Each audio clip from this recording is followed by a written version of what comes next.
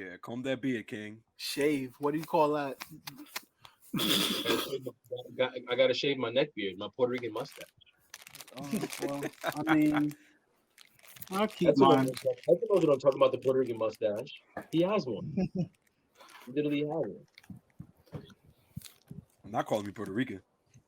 No, but like you have the Puerto Rican mustache. It's like I know what you mean. It's like the half goatee, but like it's not blended in because your hair's blonde right here. Mm-hmm. I got it. Puerto Ricans grow their beards down here. And never come up here. It always comes up here and it goes up. Then you get hair right here at the end. Yeah, that's what it is. Edsel is part of like the last remaining Dominican men with hairlines. So like he's outside. I'm not gonna hold you. I stopped wearing fitteds on a consistent basis because I shall not go through that. Yeah. I'm not stopping my hairline. I'd rather lose my hairline at 45. Nah, but you're not even a traditional. You're not even like a traditional Dominican man though, because Dominican niggas work at fucking Samsung and fucking T-Mobile. So I don't think. I don't think you're traditional. This nigga may have survivor's guilt. That's the all I'm gonna say is that's the black in me playing tug of war.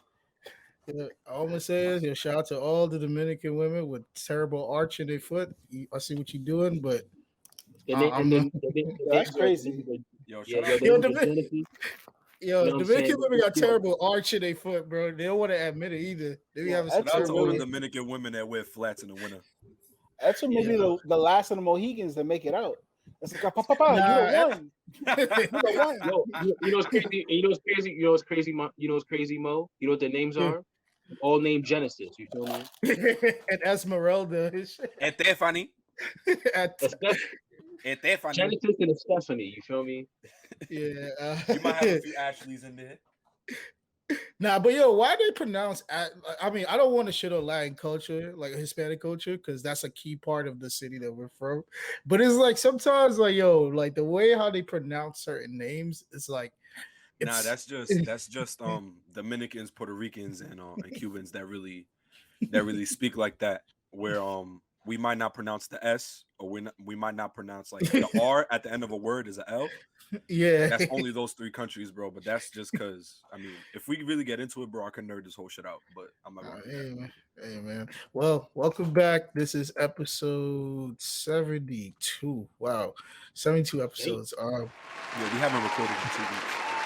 Yeah, I haven't recorded 2 weeks. I haven't recorded in 3. And you haven't recorded in 2. Yeah, but it feels good to be back. This is your boy Mo Glow coming live from New York City. You know, we out of a governor, and you know, things are very tough out here. It's up and it's stuck, baby. It's all I'm gonna say is that man baby. When I tell you your ass is fat, I'm gonna tell you no Cuomo, just like that. Word? Feel me? This how you coming? That's a. you know what I mean? That's. Oh, you have that shit ready. All I'm gonna say is shout out to all my niggas doing whatever they gotta do to survive. I also want to say I want to free all y'all from the shackles of Hidden NY, and the shackles of Ahmed Leon Dor, and the shackles of Side Talk New York. And I know niggas been mad at that tweet that I tweeted, and it's gonna stay up there because you know why? Because y'all niggas are the epitome of bozo-ness in this city. Yo. Keep in mind. I gotta make a wardrobe. Give me like 2 seconds. All right. Shit. If it is what I think it is. But if my man from the other side of town, my brother, the part reason why this show has a YouTube channel, can introduce yourself. That shit getting cooked. I need to work on that shit.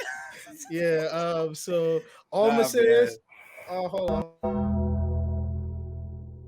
Oh Lord have mercy, another coon. Damn coons. I gotta do a coon analysis and a coon screening. It only takes a little bit of white brainwash to activate the coon chip in the average Negro. Average Negro. Nah, I only did that because we need to cleanse the show because there's gonna be a lot of white people reference. So it's like, Yo, I so didn't. it's your boy Edsel 40 ounce coming to you live for the 10453 Bronx, New York, to be exact. It feels amazing to be back. We getting bike to business. You see my who they call my variant. He has a message for everybody. If you would just show it to the good people, my brother. Can you introduce yourself, sir? Can you introduce yourself while you're here? You know what I'm saying? RIO $, one half of the 4th and 13th crew, and you know, self-explanatory in these streets, y'all. Let's get it done. Let's get it done. Yes, sir. We're vaccinated and we're ready to fuck. You Ready to feel me? fuck. Let's get it. Let's get it. Let's get it. Moral of the story, my boy just said. Gotta go vaccinate, get it straight, girl, you look good, want you vax that thing up. You's a handsome young brother, want you vax that thing up. Dating real life, you need to vax that thing up. Feeling freaky all night, you need to vax that thing.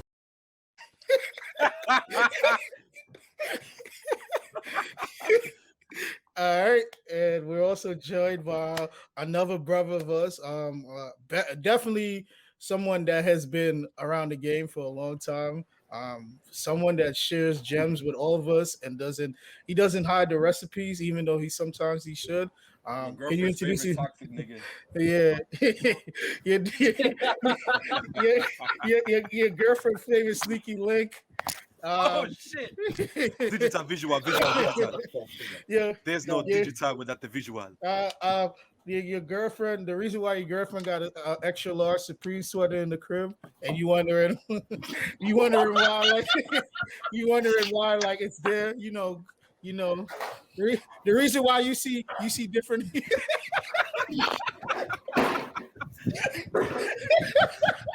The reason why your girlfriend wearing white toes. The reason why your girl eat at Ruby's. Yeah,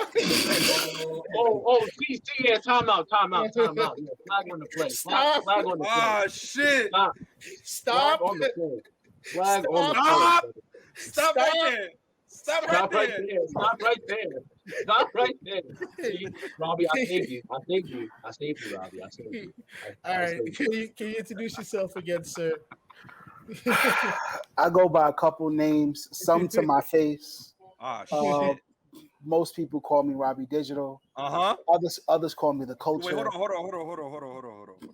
If we're gonna do this introduction, we're gonna do this introduction right. If you know Rob, if you know me, you know what I'm about to do. Oh, here we go. You know what I'm about to do. So we're gonna do this again. Go ahead. And we're gonna do this right. Because ain't no way. Oh my God. All right. I go by a couple names. Some to my face. I go by Robbie Digital. Some people call me the Culture. Oh shit. Some people call me late one, but the great one. 33, I like a freaky 45. Not me, I'm Michael Jordan Major. Most of y'all Harold Minor. He's called the boss, nigga. I'm the best thing since Snapple Tea Leaves. Best thing since Snapple Tea Leaves. I throw the cards more than the X-Men. I'm the Gambit. Oh man, this nigga partying now. We partying now. Just a couple, man. Just a couple. What's going on? Man, I just want to say, yo, honestly, I recorded a lot of episodes on this show. Like 72 is a lot. But this might be one of the episodes. I think this might be like my dream episode that actually happened. And now that it happened, I can't believe this shit is blown out of proportion the way it is already. Yo, where's Brent when you need him? To all the listeners, bro.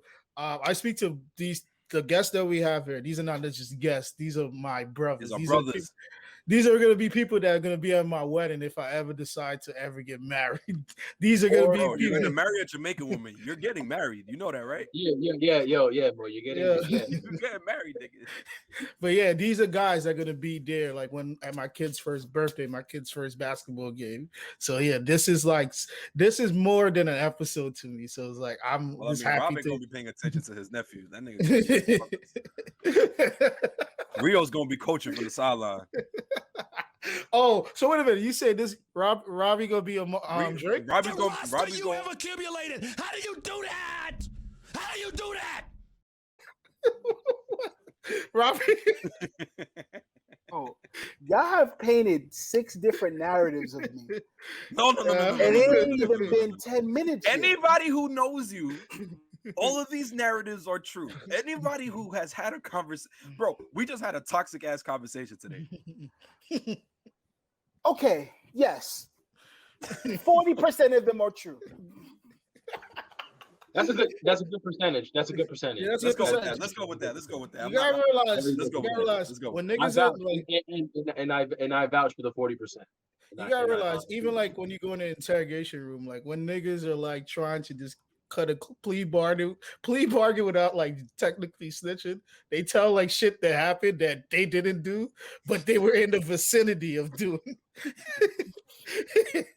But yeah, I don't even know where to start, honestly. Like this this is an episode, but this just feel like everyday conversation to me with these guys. But yeah, man, it's been 2 weeks. Honestly, the way shit going, I don't think we might get through all the topics. I mean, Yeah, that's cool with me. That's cool with me. I mean, but I'm just happy that you guys are alive, breathing. You guys are here because it's like shit's been going left since the last time we recorded. Yes, it's been going. I just want to say it's a pleasure for to have us on. You feel me? I love coming on the show. You feel me? This is like my second home. Home away from home. So I just want to get that off my chest. But Thank yeah, you, like brother. you said, it's getting crazy out here, bro. The last 2 weeks, man. It's this whole Delta variant. You know what I'm saying? Treating us like we missed the market. Peru released the third variant out here. Got the Lambda. If you get that reference,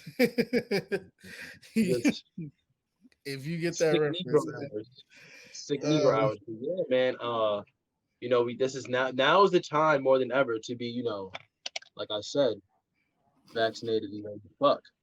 Because you never know. Yo, how much you pay for that? Bro, 40 ball? It was a 50 ball. My shorty got it for me. You know what I'm saying? Shout out my How much GSM? How much GSM? How much was this? How much was the GSM? The GSM. Like, is it heavy? Is it is it light? It's a midweight. It's a midweight. Okay. I mean, it's calm. But yeah, shout out my shorty. You know what I'm saying? She knows the vibes. So that's the message we bringing out here. You know what I'm saying? Was this a surprise gift? Yeah, it was. Yeah, you got to eat her ass now.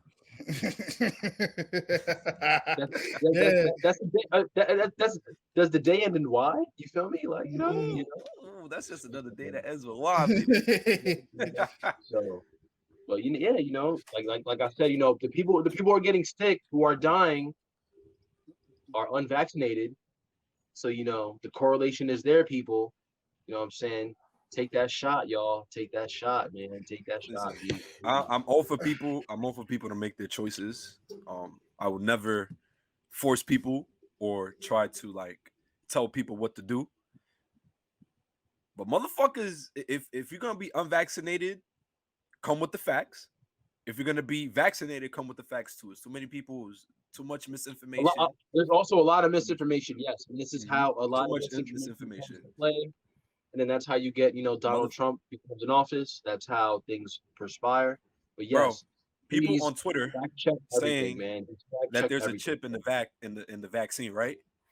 Look where they're tweeting this from. They're tweeting it from this, saying that there's a chip in. Bro, you're getting tracked right now. What the fuck is he talking about? And guys, you still can get COVID if you still get the vaccine. I don't know why everyone's using that as a counter argument. You know what I'm saying? Like, bro, you can catch the flu if you have the flu shot. Yes. Yeah, This point. is to make sure you don't die. Yes, but that's the whole point of it's the to stop vaccine spreading. is that your body can recognize the dirty cell that's in it, and it can fight it, and it can make adjustments to the body when it's consumed in you. So that's the whole point of vaccines, y'all. You know what I'm saying? So please, people, there's a lot of misinformation going around, but just make sure you guys fact check everything and just make sure you're being safe.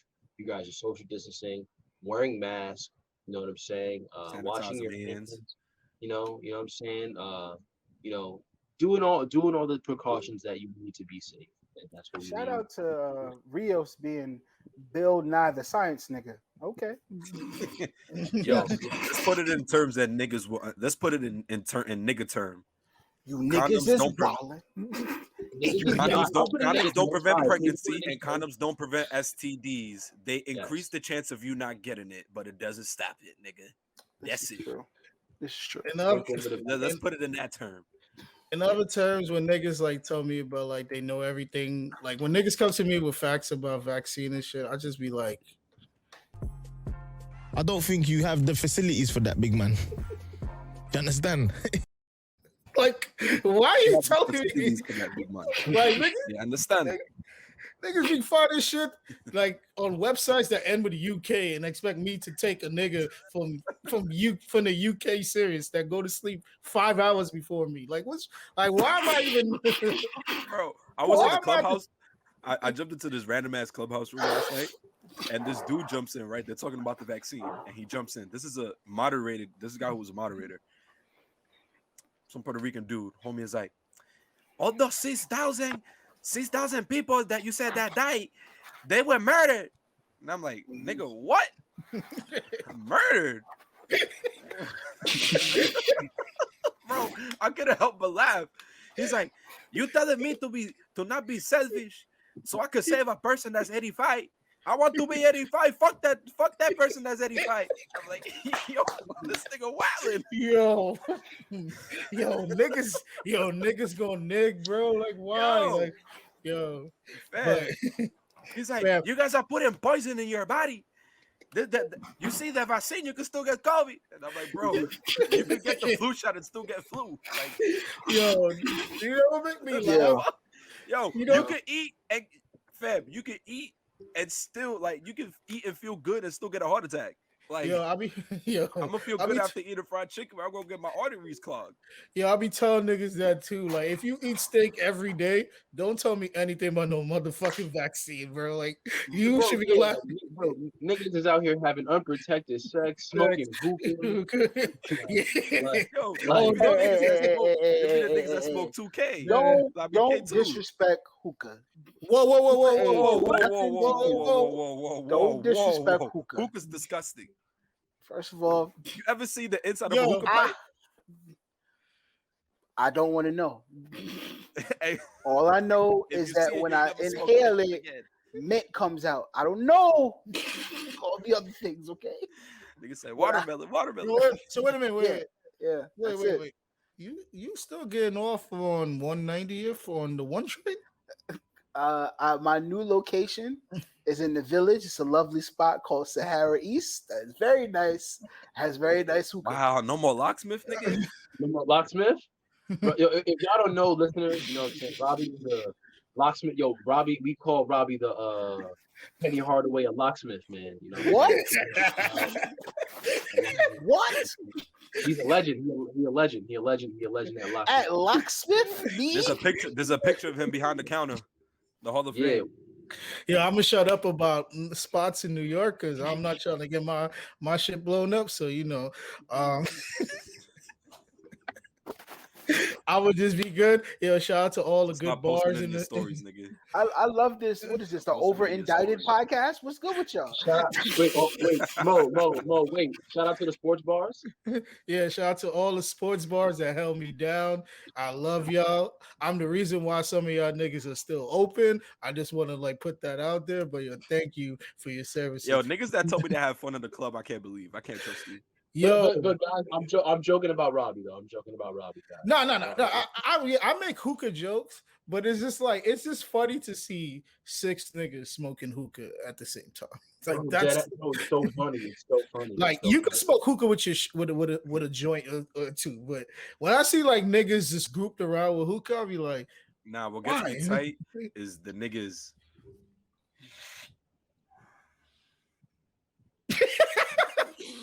What are you doing? Oh, you talking about all the niggas that live niggas that be going on Snapchat? Like, bro, what is he doing? So if you're saying my name, just say that.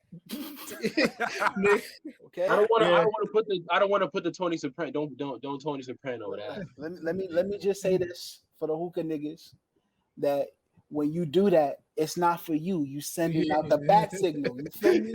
Sending it out I can't outside. You know what the vibe is. You see the smoke signal.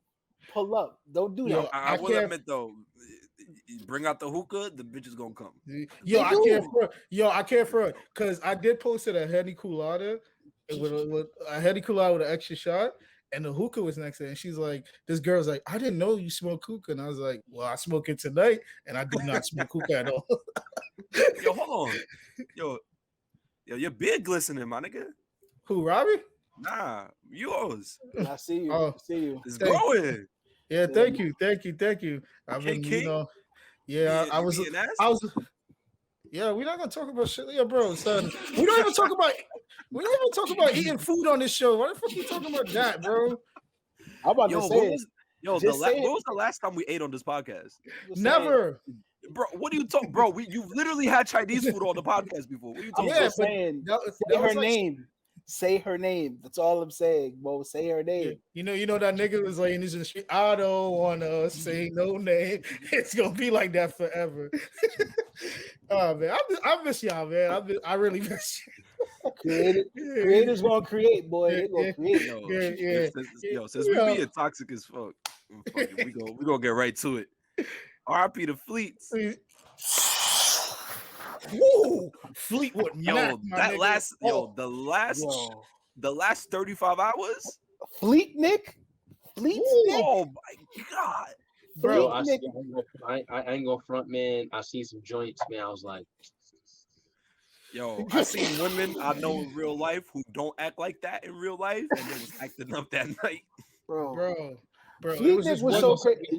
We can't say no names though. Yeah, I'm not saying no names. Hell no. Yo, Fleet Nick was so crazy. I had to double shout out to them women. You know what I'm saying? Shout out to the women that beat us up. But it was this one particular girl that I thought was innocent, and then I thought she was innocent, bro, because she was. I thought we were gonna talk about. She was tweeting uplifted. I don't want to. How am I talking about him? But it was. I don't want to do the Styles P meme. You feel me? I ain't trying to. Yo. Man, listen. But it was this particular girl. I thought she was innocent because she would only tweet about uplifting women, and I don't trust women like that. That always. But then like.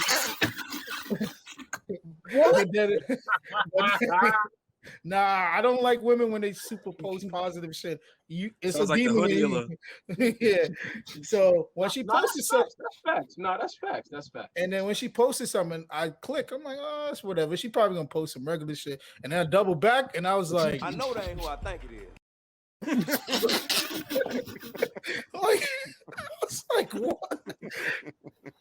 It was, I almost wrote her a message because I'm like, you shouldn't be doing this.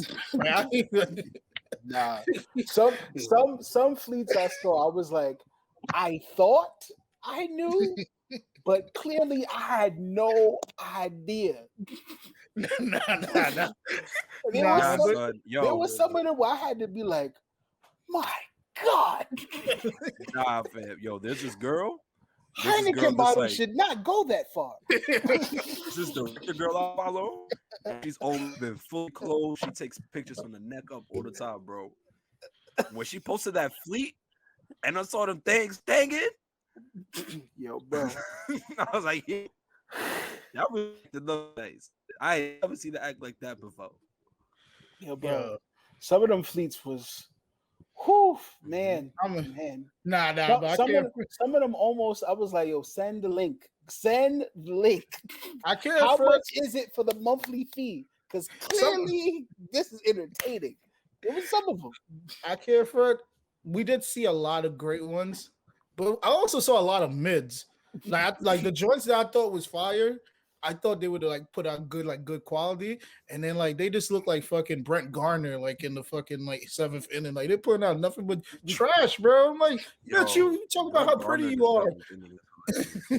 Like, bro, like I just love you know what it was? You know what was crazy? Like Fleet Nick exposed to me, like, you know, Word to Pimp C, you know what I'm saying? Like, yeah, all the part-time hoes that was hoeing, they was fully hoeing up that day, and I just want to say shout out to that. You know what I'm saying? You know the full-time hoes, like, yo, like, y'all know what I bring to the table already. You know what I'm saying? Like, I don't got anything done. They put up Jordan numbers every day. That's what it was for me. Yeah, like, yeah, it was more like the it's like, you know, when I compare Fleet Nick to like when like the last 2 weeks of the NBA, when like it's like G League call-ups, you feel me? And like go for 40 one random night. And Anthony Simmons goes for 40 one random night. You know what I'm saying? And like you know, not Quinn Cook. Troy Daniels has a nice little 25 piece. Jamal Crawford go for 65. Yeah, like some shit like that. Yeah, like, you know, that's like what you're not expecting Miss B Nasty to go crazy on Fleet Nick. Like she go crazy on the timeline all the time. Like it's not. Like, and shout out to Miss B Nasty. Got it. But I'm just saying, like, you don't. Nah. Robbie's right. Robbie's correct. Like, Robbie's correct. But I like 22217. I didn't expect it from her. Okay, Miss Sunshine Anderson 22. Whew. Like that's what I'm saying. Like you didn't expect those. Exactly. Superheroes. Yeah. You know what like had me like we went from Fleet Nick, right? And then the next day that girl that she was like, why are you being weird to me? I was like, yo, this is a change from weird to me. Yeah. I was like, yo, why is this bitch on TV? I think she's fine as hell. No, I think she's fine, but she's not funny. One hand on front of one hand on neck, one hand on front of. Yeah. That's the go-to, man. Where's my wallet? It's fine. You know. I don't got the 40 ball in here, but I can definitely. I would give her the 40 ball. Yo, I think she's like crazy. one of those women who like, yo, like I can like, all right, like we can go to like a nice little hood spot around the way. You feel me? Nice soul food spot. I could take her to Island Taste on a Tuesday night. You feel me? Wouldn't be an issue. So we can get Lighthouse, is what you're saying. We can go we could hit up El Porto's Seafood, the shit right across the street from Grant on 125th at like 3 a.m. Yeah, I could take her there. She looked like matter of fact, fuck it. She looked like she would have a good time with the sweetie meal. First of all, that sweetie meal is good. I dare any nigga tell me that shit is not good. I'm gonna let y'all niggas know, yo, no disrespect, but if you slander McDonald's, I honestly tell you didn't get bitches back in the day because you don't understand the final. You finally got a nice little steak, and now all of a sudden you niggas went to Woodland in 2016, 2017. You went to Lesuc in 2018, so you feel like you've been eating better. But don't forget the shit that got you pussy in high school, like McDonald's, nigga. McDonald's. Ain't gonna be no McDonald's slander. A lot of pussy.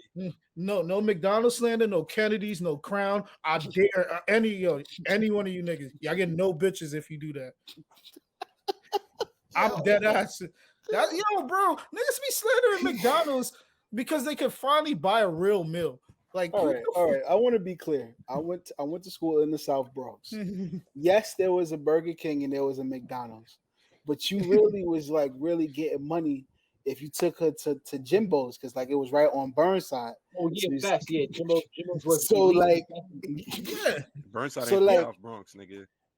Burnside definitely is the South Bronx. That's a staple. That's a staple. That's a staple. Nah, I get what he's saying though, Elf. I'm gonna see Jimbo's at Burnside though. Yeah, or like munch time on 170. Like that means like, look, I'm not taking you everywhere. I'm gonna take you somewhere because I kind of care about you. Nah, because the other day me and Rios was talking like on the side, and we was like, yo, like we was just talking about like how niggas like all of a sudden now just think like they eating better because they could go to Roof Chris on restaurant week. Like nigga, you're not doing nothing special. Niggas wasn't going to Roof Chris until the pandemic, until they got unemployment. Yeah. So stop it right there. Yeah, like EDD. like, bro, to be real, women don't even care about them fancy restaurants. They go there for pictures, bro. You're not like getting no doonies because you bought a bitch a ribeye, bro. Like, I'm letting you know that right now. Like, you know, women love seeing catch on the plate. Niggas find out how to When they pronounce see catch on the plate and start acting different. When they see catch on the plate, like, ooh, yeah, snap, yeah, bro. Or the maroon chopsticks at Noble, you know. And I've already made the decision. Niggas eat at the meatpacking district one time. It's acting different. That's a fact. I'm saying this right now. If you don't post me in the picture and the plate, this was good conversation. Your half. You're paying your good half. Conversation. So figure it out. Now. First of all, if you don't got me in your close friends, you a dub. We had this conversation earlier, nigga. Fact. Nigga, if you take a picture of this plate and my arm ain't in it, you better have the half of your bill because you ain't. If I pay for this dinner, you posted my whole face. If I pay for this dinner, you posted my whole face. Nigga said this wrong with the game. The young ladies today, not learning from moms. You posted my whole face. It's a fact. I'm not playing these games no more. If you post a plate and I'm here and I'm paying, my face better be in it. My wrist, my arm, something. Get my shoe, anything. I'm tired of it. But yeah, Rios, you look like you disagree. I mean, listen. I'm a McDonald's nigga, and I'm also a Roof Chris nigga. But also, just don't eat a well done steak in front of me. That's all. Yo, it's no. I was saying, like you could be in rub out here. You could be a, you know what I'm saying? Like, listen, like I remember one time I could speak on experience. I took a John out on a date, and she ordered veal.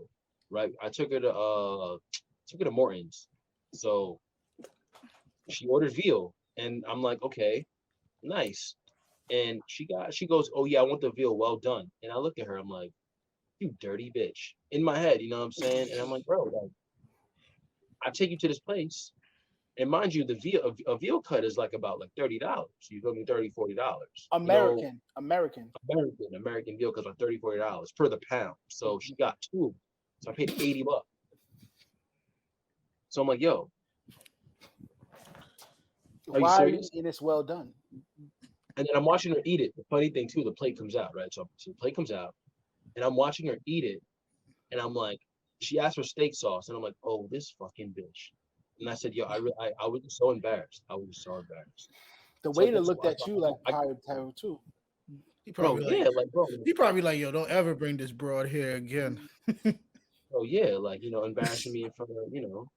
But I can't front. One of the best dates I ever had, I took a girl to Dallas BBQ. This was like back in like 2013, like, you know, prime time, like when they were actually giving you like good Henny coolers and shit, you know, Texas stuff. Cornbread was actually warm. Cornbread was warm. Yeah, y'all young niggas don't remember that because y'all out here trying to go to fucking every other place but that. Yeah, so Dallas BBQ, yo, that was like one of the best days. But Shorty ordered a well done steak, and I was like, why would you buy steak from here? Number one, like you only get the wings. Came here for wings. Yeah, like you. Yeah, but I just want to also, I don't want to slander women because I love women, but shout out to women that appreciate the small things, you know, the small restaurants, you know.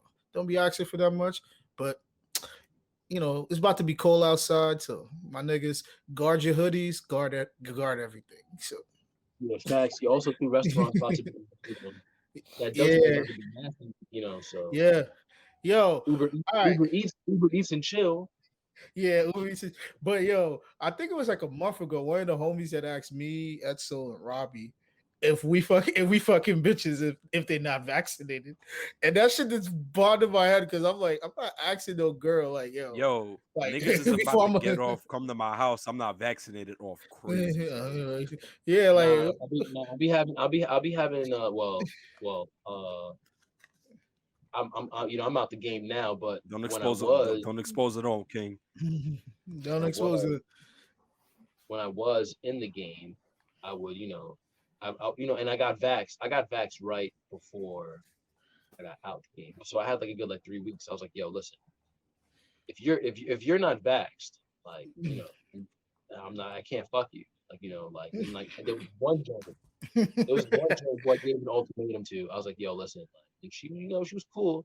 I was like, yo, listen, if you don't get, she was like, oh, I'm so anti-vax, but she wanted to go on a date with me. I'm like, yo, I'm not going on a date with you until you get vaxxed. And then she got. You ain't tell her to get a test. Yeah. I mean, yo, the fact you got her to get vaxxed to go on a date with you. Yeah, made her go to vax on a date. King. Damn, I'm. Hey, nah, but that question was just funny because I'm like, bro, why is that? Bro, COVID is an STD too, bro. It spreads like an STD. I know, but like, I get it. He's asking a real question, but I'm not gonna like if I'm. Yo, Robbie's like, fuck. Like, bro, like when I'm thinking about having sex, that's one of the last things on my mind. Like, yo, is this bitch vax? I mean, after I nut, I might ask, like, yo, are you taking care of yourself? Is your mom's good? Like, I'm not asking her that before I fucking insert my dick in her. Like, yo, are you vax? Like, fuck, it's like dry coochie energy, bro. Like, you scaring the women away from that. Yo, my Uber is downstairs. That's exactly what it's giving. Nah, but most of the women that I've been eyeing, like I be hearing them talk about vax and they're not with it, and I'll be like, damn, bro, I don't know if I like this bitch still, but fuck it. You know what they are? You know what they are? I don't want to be mean. I don't want to be mean. Go ahead, bro. This is some dirty bitches. Damn, but I like them bitches though. I don't like dirty bitches, but I do like those women. Right, we gotta stop using the B word, yo. Sorry. Yo, you know why? Because Future's back. Some nigga boot yesterday for using bitches too much. Yo, all I'm gonna say is, shout out my nigga Future. He out here giving us great quotes again.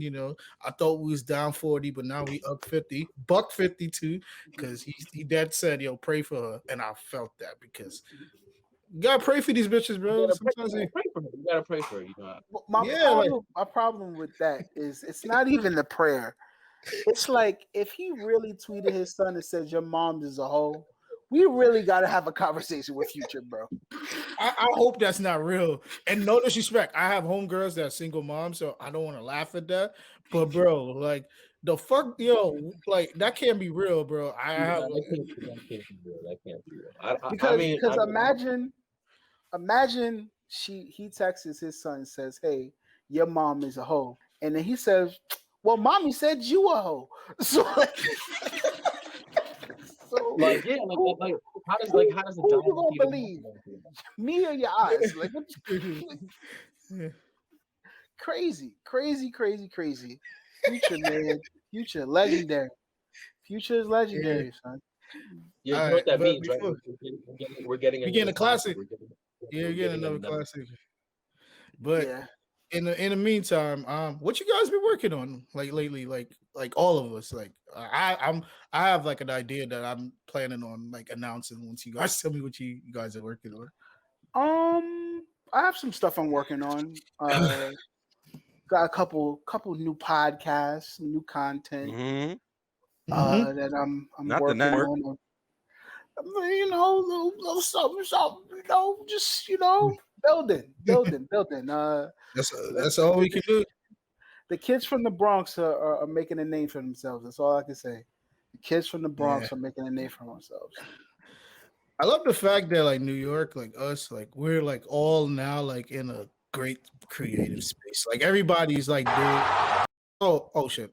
We're all doing like we're all doing like a lot of like stuff that we love doing, and like it's working out in our favor. So it's like that's one thing I love, that like everyone, like, well, I can't speak for every man, but all my homies from y'all to like all the other homies, like, is being productive with their life, and that shit makes me happy. And now that shit is like even fueling me to like do more than what I thought I was doing. So I'm happy for that. Thank you, thank you, man. I know. Shout out, yo, Robbie, man. I love just kicking it too. You feel me like that? Thank I love the whole sneaker history shit too. That shit is fire as fuck. yeah, man, I can't wait for that. Thank you. I got well, the stuff I got planned. I mean, hopefully something big's coming for me soon.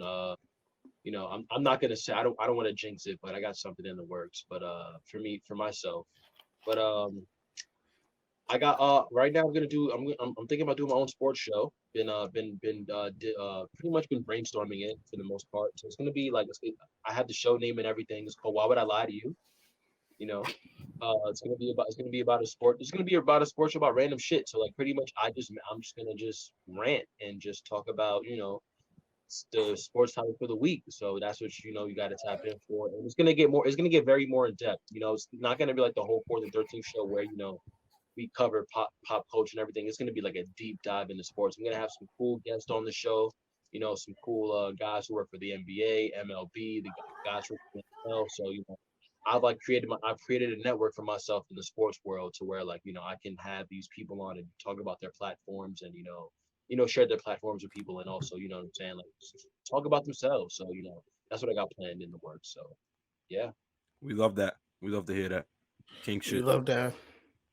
That's Edsel, amazing. you had a lot going on in your life in these past 3 weeks. Yeah, finally quit a bullshit job. So that's a stress out of my That's back. King shit. Onto better things.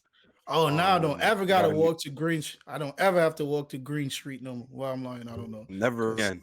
Never again. No, because I got a homie that works on the other side of Green Street, so I can walk. Yeah, over that yeah. Shout out to that brother. Yeah, man. But yeah, man. Start a new job on Monday. In terms of my Proud of you, creative bro. stuff, you know, just Bless. you know, Congratulations. appreciate y'all. Just trying to work more on the podcast. I've gotten a little bit lazy, but that's just because things have been going on in my life. So looking to get back in the groove. We weren't even like, when I spoke to Mo about recording this week, it sounded like he was kind of out of it. The way, just the response that he gave me, it didn't seem like he wanted to record, but you know, I felt like the energy was there. I feel like it was time. If we took one more week off, I think it might have been over. I'm not gonna hold you. So I'm glad we're here. I'm glad we're here with these two gentlemen right here, these two brothers. And on my own personal creative shit, I got some shit planned that I want to start doing very soon. So the time comes, y'all will see it on Instagram. Oh, well, it's my turn now. For me, like, I've been I've been getting in tune to like pictures for like the last 2.5 years, and like in the past 2.5 years, like, I've realized that like some of like I seen, like, I've just mentioned, like, I have a lot of like all the homies, they're doing something like successful, like successful to them and to us, because like success is what you define, like it's not what other people define, it's what you define. So like to me, like I've seen like all my friends that like I seen them grow up and like become like great men and great women, and like is this project that I've been wanted to do since I was like in high school, before I even knew like how to like take pictures. I wanted to like do like something similar, like a little portrait, not even a portrait book, but like just a portrait highlight. I wanted to take like a portrait shot of all my homies, like all of you guys, like in just a straight format, and just like give us a small brief, like not even like tell like you like what you do, just like, hey, Robbie summer 2021, Rio's fall 2021, Brent winter 2021, Dev winter to like just document like just a regular portrait shot of them just being in a natural habitat. And that's always been something that like I wanted to do, and like I'm gonna get it done before next year is over. Like I was even speaking to some like my other friends, like yo, like that do music and do like other things, and like that's something I want to get done before next summer. So that's what I'm aiming for. That's beautiful. That's fire. Beautiful. That's fire. Yeah, that's fire, man. I think that's dope. I think you've always been one. Somehow you always catch me when I'm on a city bike. I don't know how, but nigga, you always on a city bike. You love city. You're always on one, man. Yo, I love city bikes. Yo, I used to be anti-city bikes because they took parking spots from a lot of people.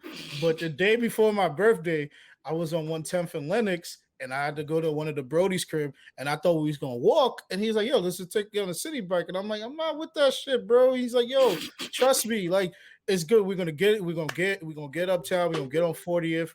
We're gonna get on 40th and Lenox within 10 minutes." I'm like, "Bro, we can walk." Like I'm like, "What the fuck?" And then he's like, "No, it's the electrical shit." And then I got on there. I'm like, "Nah, this shit actually fun, but these niggas still did steal parking spaces from a lot of people." I mean, and to make it even worse, Citibank is no longer in Long Island City, the big tower that fucking Snoop Dogg kicked down. You, that shit is no longer in fucking LIC. So I don't know what's going on. I think them bikes about to go away pretty soon. I'm just saying, I love the city bikes. It's very convenient. I got 2 free rides from Yo, me too. Big city bike energy. You feel me? So it's a great date. I used to use city bikes too. You know, it's crazy. My old job, I would get 40-minute rides for free. So hard. That's hard, bro. That's hard because like if you put your mind to it, you can finesse. I used to like Friday nights. I would just get drunk in the LES and just ride around the LES, just get fucked up, and then just stop in 40 minutes to come back. And the thing is, I would ride it to Brooklyn, and then take the train home to my car. So like it served its purpose. Definitely served its purpose. Yeah, man. I'm happy that everybody's like being productive. Like it's not even like just like doing things for money. Like I always tell like all y'all, like money's not what's gonna drive me to do anything. Like you can wave $1 million in my face. I may look at it like, yeah, that's a good opportunity, but I really don't need it. But like as long as you do what you really love doing and like on your own terms, like don't rush anything for anyone, bro. Like it's some of the things we love took forever to get here. Now that it's here, it's like it's what you love doing. So like Sanaya Lathan. Fact. Yeah. You know, some niggas get it in one day, some niggas get it in 10 nights. It's all about what you do. Mm-hmm. Like Regina King. Yeah, this drop. Oh man, but yeah, man, I don't really want to talk about like sports right now. I don't want to talk about the Lakers, but I do. But only one nigga I want to talk about that's about sports. You know, the prodigal son of the Bronx. You know, since we are still in the Bronx, prodigal son of the Bronx is back in New York, and it's only fitting that his first night, right? It's his first night in MSG. This is the only way he should get introduced. I don't live in Miami. I don't live in Colorado. Come to my block and see me, my niggas. All of y'all know I'll be down there. This is Kiss. I'm outside. I like this. I got all niggas on the clip. Nigga, I'm from New York. What? That's the only way Kevin should come in the Garden, bro. Yo, I'm upset, man. I was supposed to be there. I had tickets, man. Tight. You done? Tight. Was that necessary? Was that necessary? Yo, we're gonna talk about the battle, but nah, bro. I don't know why you missed that battle, number one. Why would you miss that for the world? Because the people I was going with weren't vaccinated, and I really didn't want to go alone. Nigga, I would have went with you. Yeah, I went with you. You got vaccinated friends. What are you talking about? You were gonna. I told you to go, and you didn't buy tickets. But but I didn't buy the ticket. But you had 3 extra tickets. You could have hit me. I would have went. We could have definitely played it on the back. We could have played it on the back end. Could have played it on the back end. It was a lot. It was a lot going on. It was a lot going on. No, Okay, I'll be clear. The reason why I didn't go is because I felt like I didn't need to pay for a ticket. I'm very Yeah, I word. was like, yo, I'm not paying for a ticket for niggerdom. Like, I'm not paying for niggerdom. So I was trying to get a free ticket. I hit some people. My man had a free ticket, but he didn't have time, so I didn't wind up going. All right, but yeah, how y'all feel about Kemba being back in New York? Like being back in the it's about big Kemba. This should have happened. He actually should have been in New York before he went to Boston. Absolutely. I mean, like it's great. It's great to see the hometown kid play, but I don't like. It's also like a double-edged sword because my childhood, even though I'm not a Knicks fan, I saw Stephon Marbury he just discombobulated himself in the city. The media drove him crazy. But it wasn't his fault. It wasn't his fault. No. I'm not blaming him. It was Larry Brown's fault. Larry Brown sabotaged Stephon Marbury. And you know, Thibodeau is also another sabotager. As great as he is defensively, he's also but I mean, from a basketball perspective, the Knicks should be happy. Knicks fans should be happy. Yeah. They don't pay the majority of that horrible contract he signed in Boston. So they got him for a year, $8 million. That's a fucking $8 million off the back end, and then plus two, you can kind of stagger those. And then plus two, you can stagger those minutes with Derrick Rose too. So and quickly. So let's say Kemba doesn't have to play a full 37 minutes a game, where you have Derrick Rose where they can split minutes. So I mean, the Knicks did get better. So I mean, it's not a bad move. It's not a bad move at all. It's not a high risk, low reward move for the Knicks. It's a good move. It's a really good positive move. So I just want to say, shout out Leon Rose and them, for making a good move. Yeah. Hey man, I like the move. Like I said, and also too, I mean, from a home perspective, playing basketball in my era, I'm probably like the 2009 to 2013 era of basketball, and in New York basketball, there's only two legends from my era, and that's Lance Stevenson and Kemba Walker. And Kemba has just been a part of my childhood for forever. I remember Kemba. I remember watching Kemba at Gaucho's gym, and watching him at Rumble in the Bronx. Before my game, watching Hoops in the Dykeman, watching him at Watson. Hoops in the Sun. Watching him before my game. Oh, Hoops in the Sun is Kemba got a couple legendary games at Hoops in the Sun. He does, right?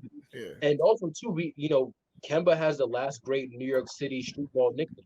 Yes, in my opinion, Easy Pass. So that's always something that they can come back to.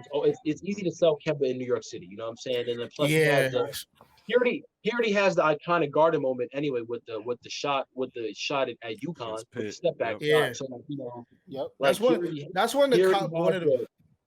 He already has the Garden allure to him. So and the big shot allure and the big stage allure to him. So him coming home it's beautiful.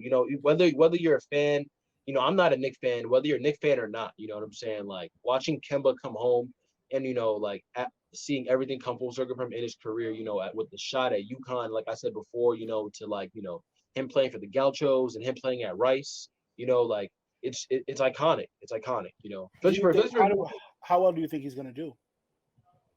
I think he's going to play pretty well. He'll be right. I think he's going to play pretty well. He didn't have a bad season last year. Right, he didn't have a bad season last year. He was very efficient last year. And the COVID ruined. And if you look at his second half of the season after the All-Star break, his distribution just went up a few notches. You saw him become more of a distributor rather than a scorer. And we all know how Kemba could be a little trigger happy from time to time.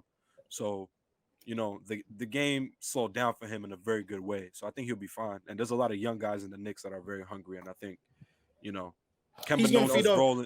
He's going to know his role in New York. He no longer has. If there's one thing he learned in Boston is that he doesn't have to carry a team because he has guys that could get the job done. I think him and Randall will be all right. And he's going to feed off that energy. He shot pretty well from three last year. The people give him credit for, and and I don't give his. I'm not going to put too much emphasis on last season for Kemba because a lot of players to me quit on Brad Stevens, so like that to me that was part of it. Also too, he was hurt, like he had the little stem cell stuff with his knee, so that's it. But that's also another issue too for the Knicks as well, like his health. So that's something that that's very important. But I mean, when he's healthy, we know what he can do. I mean, the guy was an All NBA player 3 years ago, 3 years ago, right? 3 years ago, if I'm mistaken. So I mean, and one out of the 2 years he was in Boston, he was an All-Star.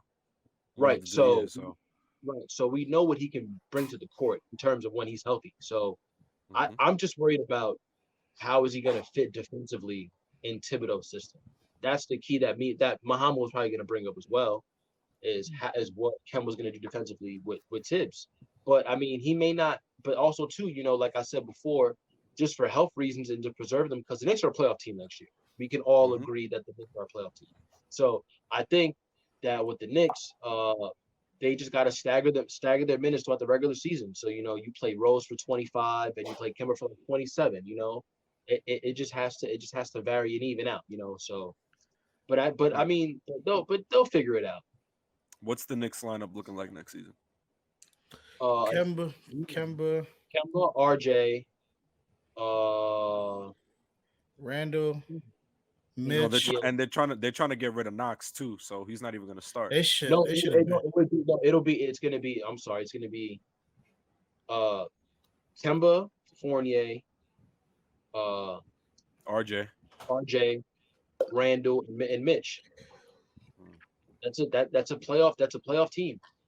If Mitch is even healthy, because Noel had to play a lot of those games and minutes last season. I know I was making fun of this team earlier, like a week ago. The Wizards have an interesting roster. They're going to be a 7th seed. The Wizards, they have an interesting roster. If it works out in the way it's supposed to, they can make the playoffs. But also too, I mean, I think Boston kind of got better as well too. I mean, I'm not going to front. Like, I mean, I just felt like with Coach Udoka, I mean, he was a Nets guy. The Celtics are gonna play faster, as compared to years past. So I mean, I would love to see Jason Tatum and Jaylen Brown in a high octane and high speed offense. And then you have Dennis Schroeder, who they got for the cheap. But also too, I mean, you got but also too, you got Peyton Pritchard in the wings ready to play. So I mean, it's not it's not a bad thing. We low-key have a weird point guard situation because so we get rid of Kemba. Everyone thinks, okay, Marcus is going to start. But then we trade for Chris Dunn. And then we also trade for Josh Richardson to play on the 2. And then we have Peyton Pritchard. And now we have Dennis Schroeder. Our guards, we're stacked up in the guard. And I really love the Chris Dunn and Jay Rich situation because you have 2 scrappy guards who can not only shoot but can defend. Chris Dunn can play defense. Absolutely. People forget that he's a stud defensively and he could really shoot the 3. Jay Rich, people are putting too much emphasis on the Dallas season, but that system just wasn't for him. People forget that he did really good with Philly. He had a really good season with Philly and Miami.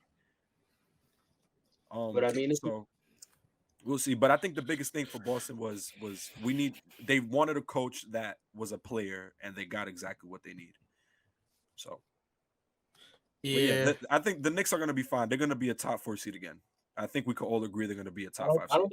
I don't think they're going to be a top 4 seed. I think they'll be maybe top 6. I can see them. I can see them a 4th seed again. I can see because Chicago got better. Chicago might actually be the 5th seed. Yeah, Chicago. I think Chicago's like a 3 seed. We gotta see how it works. Because I still think that Zach team, even though DeRozan is a vet, and he's gonna need his shots and whatnot, and they got one of the well-rounded centers that's very underappreciated in the league, and I think Chicago could make some noise. I'm not saying they're gonna do like amazing things. It's not gonna be the Last Dance documentary, but I see them doing good. We'll see because we have to see Patrick Williams' projection. The whole Lauri Markkanen situation. He's still no team has offered him anything yet. Watch out for the Hornets. Shout my nigga PJ. Oh, pray for that. Pray for him. Pray for him. Pray for that. him. Pray for that man. Pray for that man. Pray for that man. Like when that news came out, I was like, I'm sorry. when that, yo. Also, real shit. I really like LaMelo Ball and this dude and Michael Bridges. I really like that team. Nah, I really like that. I really like that. Drop the album. I just want to point out. Miles Bridges got to drop the album. Drop the album. I don't care about nothing else. I just want to point out that like I'm good at this. Kevin Hart did that like Don Cheadle hasn't been in a Marvel movie. Yeah. No, he did that shit like he wasn't in a Rush Hour movie.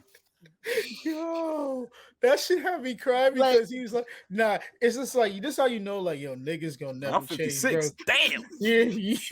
That's how you know, like, no matter how much money you make, you still a nigga, and like to another black man. Because all right, in the context of that conversation, they were talking about something very vulnerable about uplifting each other and shit. And he's like, I'm 56. And nigga said, damn. I'm sorry. Like it's like even Don Cheadle didn't even laugh. That's how you know he's tight. That's how you know he's tight. Like nigga looked at him like, damn, nigga, I'm Rhodey. I'm War Machine. Like who are you? Like the last movie you did, you were a pet. Yeah, like what are you talking about? Like I'm a Marvel superhero. What are you talking about? Yo, that's how you know, bro. Niggas gonna never change, bro. Yo, nigga, you wasn't in Endgame. I was in Endgame. Both of them. Like, but all right, this were is you in the Falcon and the Winter Soldier, nigga? No. Yeah. Marvel don't hit your line, little nigga. Like 5 getting knocked down from the sky? No, but I did. But all right, yo, this is a little sad news because I don't want to just bring us down, but RP to that young man that lost his life. I don't know his name. I don't know anything about him. Hold on, I think I can get you the name right now. But yeah, keep talking. I'll get you the name. Yeah, but RP to that young man that lost his life on Melrose and Fairfax at the Shoe Palace. I've been to that Shoe Palace multiple times. I went to Los Angeles about 4 times in the last 2 to 3 years. It's just sad that it's sad. It's very sad for me because his name was Jaron Bradford. RP to that young king. It's just sad for me that I know niggas always say yo sneakers are not worth dying for, right?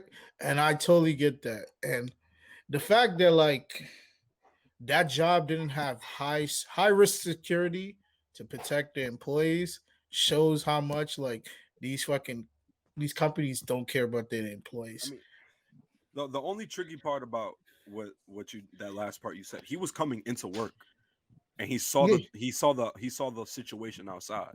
Yeah, I know. Yeah, and that's the thing. It's just like us as a people, the community we come from. It's we do so much to protect each other, and I don't want to make this shit seem like the traditional black on black crime, but that's not what I want to talk about. It's just these companies don't even give a fuck about us. I don't know. I might get in trouble for this, but I work for a retail store, and when my first year, we had dropped some limited Air Maxes, and I saw niggas fight over that shit. And I remember I was about to walk and tell these niggas to chill, and these niggas was looking at me like I was wilding out. And I'm like, yo, bro, what the fuck, y'all supposed to know how to control this shit because you have people out here acting I don't want to say animal, but you got people acting out of characters yo. Kind of. I'm sorry. Go ahead. Because no. This is a serious topic. I don't want to. It's very serious, topic. And we'll talk about it. We'll talk about it. I think Mo, you kind of hit the nail on the head. I think what bothers me the most, that's most disheartening, is all of this happened for a shoe that's gonna get backdoored anyway. And that's what no one got me talking. Bro, it wasn't. I've been to shoe.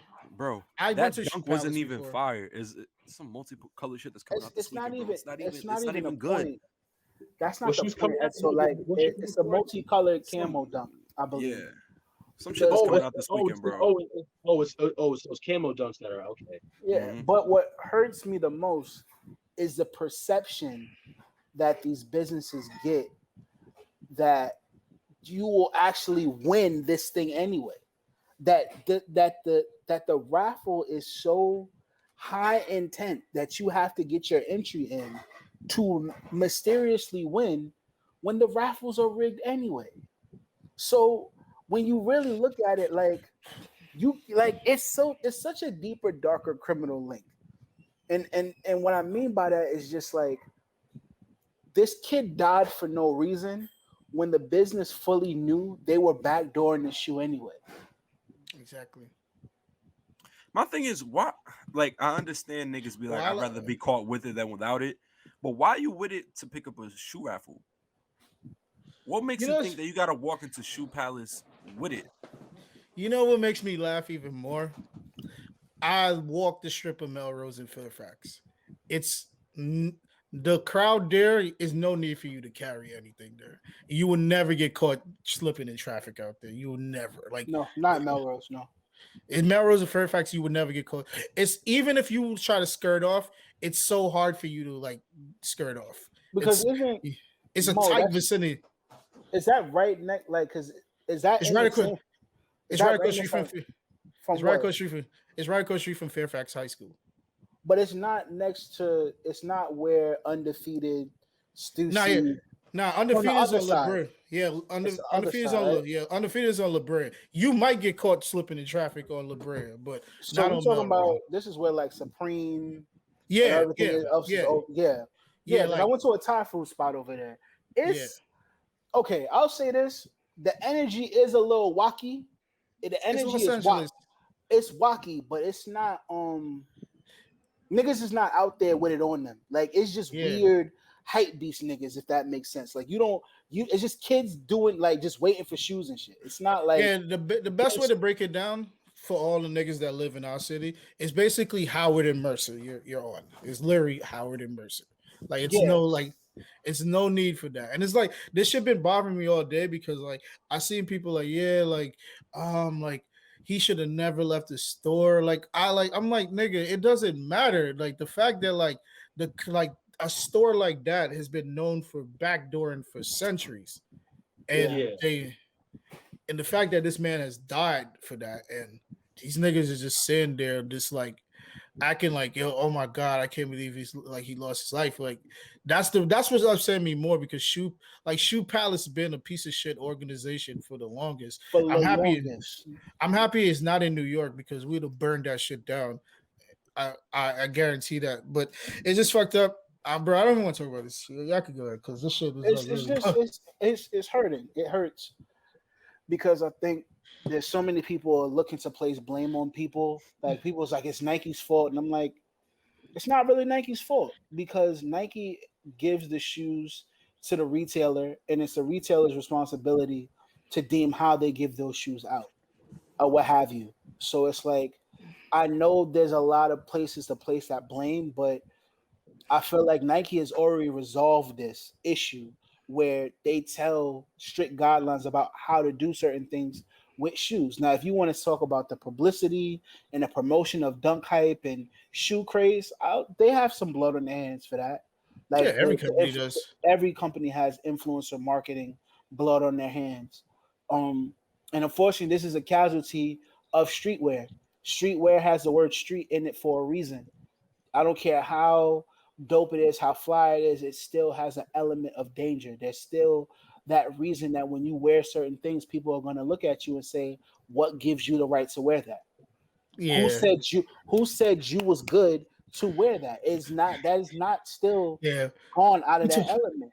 Who told you to rock that Snow Beach fucking windbreaker? Who told you you were good? I want that windbreaker. Me and Rhea's gonna buy that windbreaker. But it's a fact. Like you wear it, and somebody's gonna look at you like, yo, who told you you was good on that block to wear this? It's always been that way. Yeah, like I like you. Yeah, go ahead, Rios. Nah, because I mean it sucks too. Because like I read about the whole story too. Like I mean, like you said too, like Shoe Palace has been known for backdooring shoes literally since like that store has been open. So like it's kind of crazy how like he died for essentially a shoe that the You got person no was not control going of to get it. and he wasn't going to get. So it's kind of like it's so sad and it's just so unfortunate, man. It's so unfortunate because I used to work at sneaker retail too, but I worked at House of Hoops. So my store wasn't on the same level as Nike and some of the other boutiques, but we would get limited stuff at House of Hoops, Yeah. So Yeah, it's like House of Hoops. Yeah. so that element of going to work, and I worked at the House of Hoops in Green Acres. So that House of Hoops was like the second House of Hoops opened, minus the one in New York City. Harlem. Yeah, Yeah, the one. one in Harlem. So that was the second Wait. one. That was the second one in New York City that was open. In New York, in the New York metro area, that was open around the time. So Yeah. pretty much, if you couldn't get the shoe at 125th, you had to go to my store to get the shoe, and like that whole element was just very dangerous too, because like it's in Green Acres Mall. Mo knows what time it is over there too. A lot of people get got over there too, so it's just in the parking lot. It's an easy way to get in. It's a harder way to get out.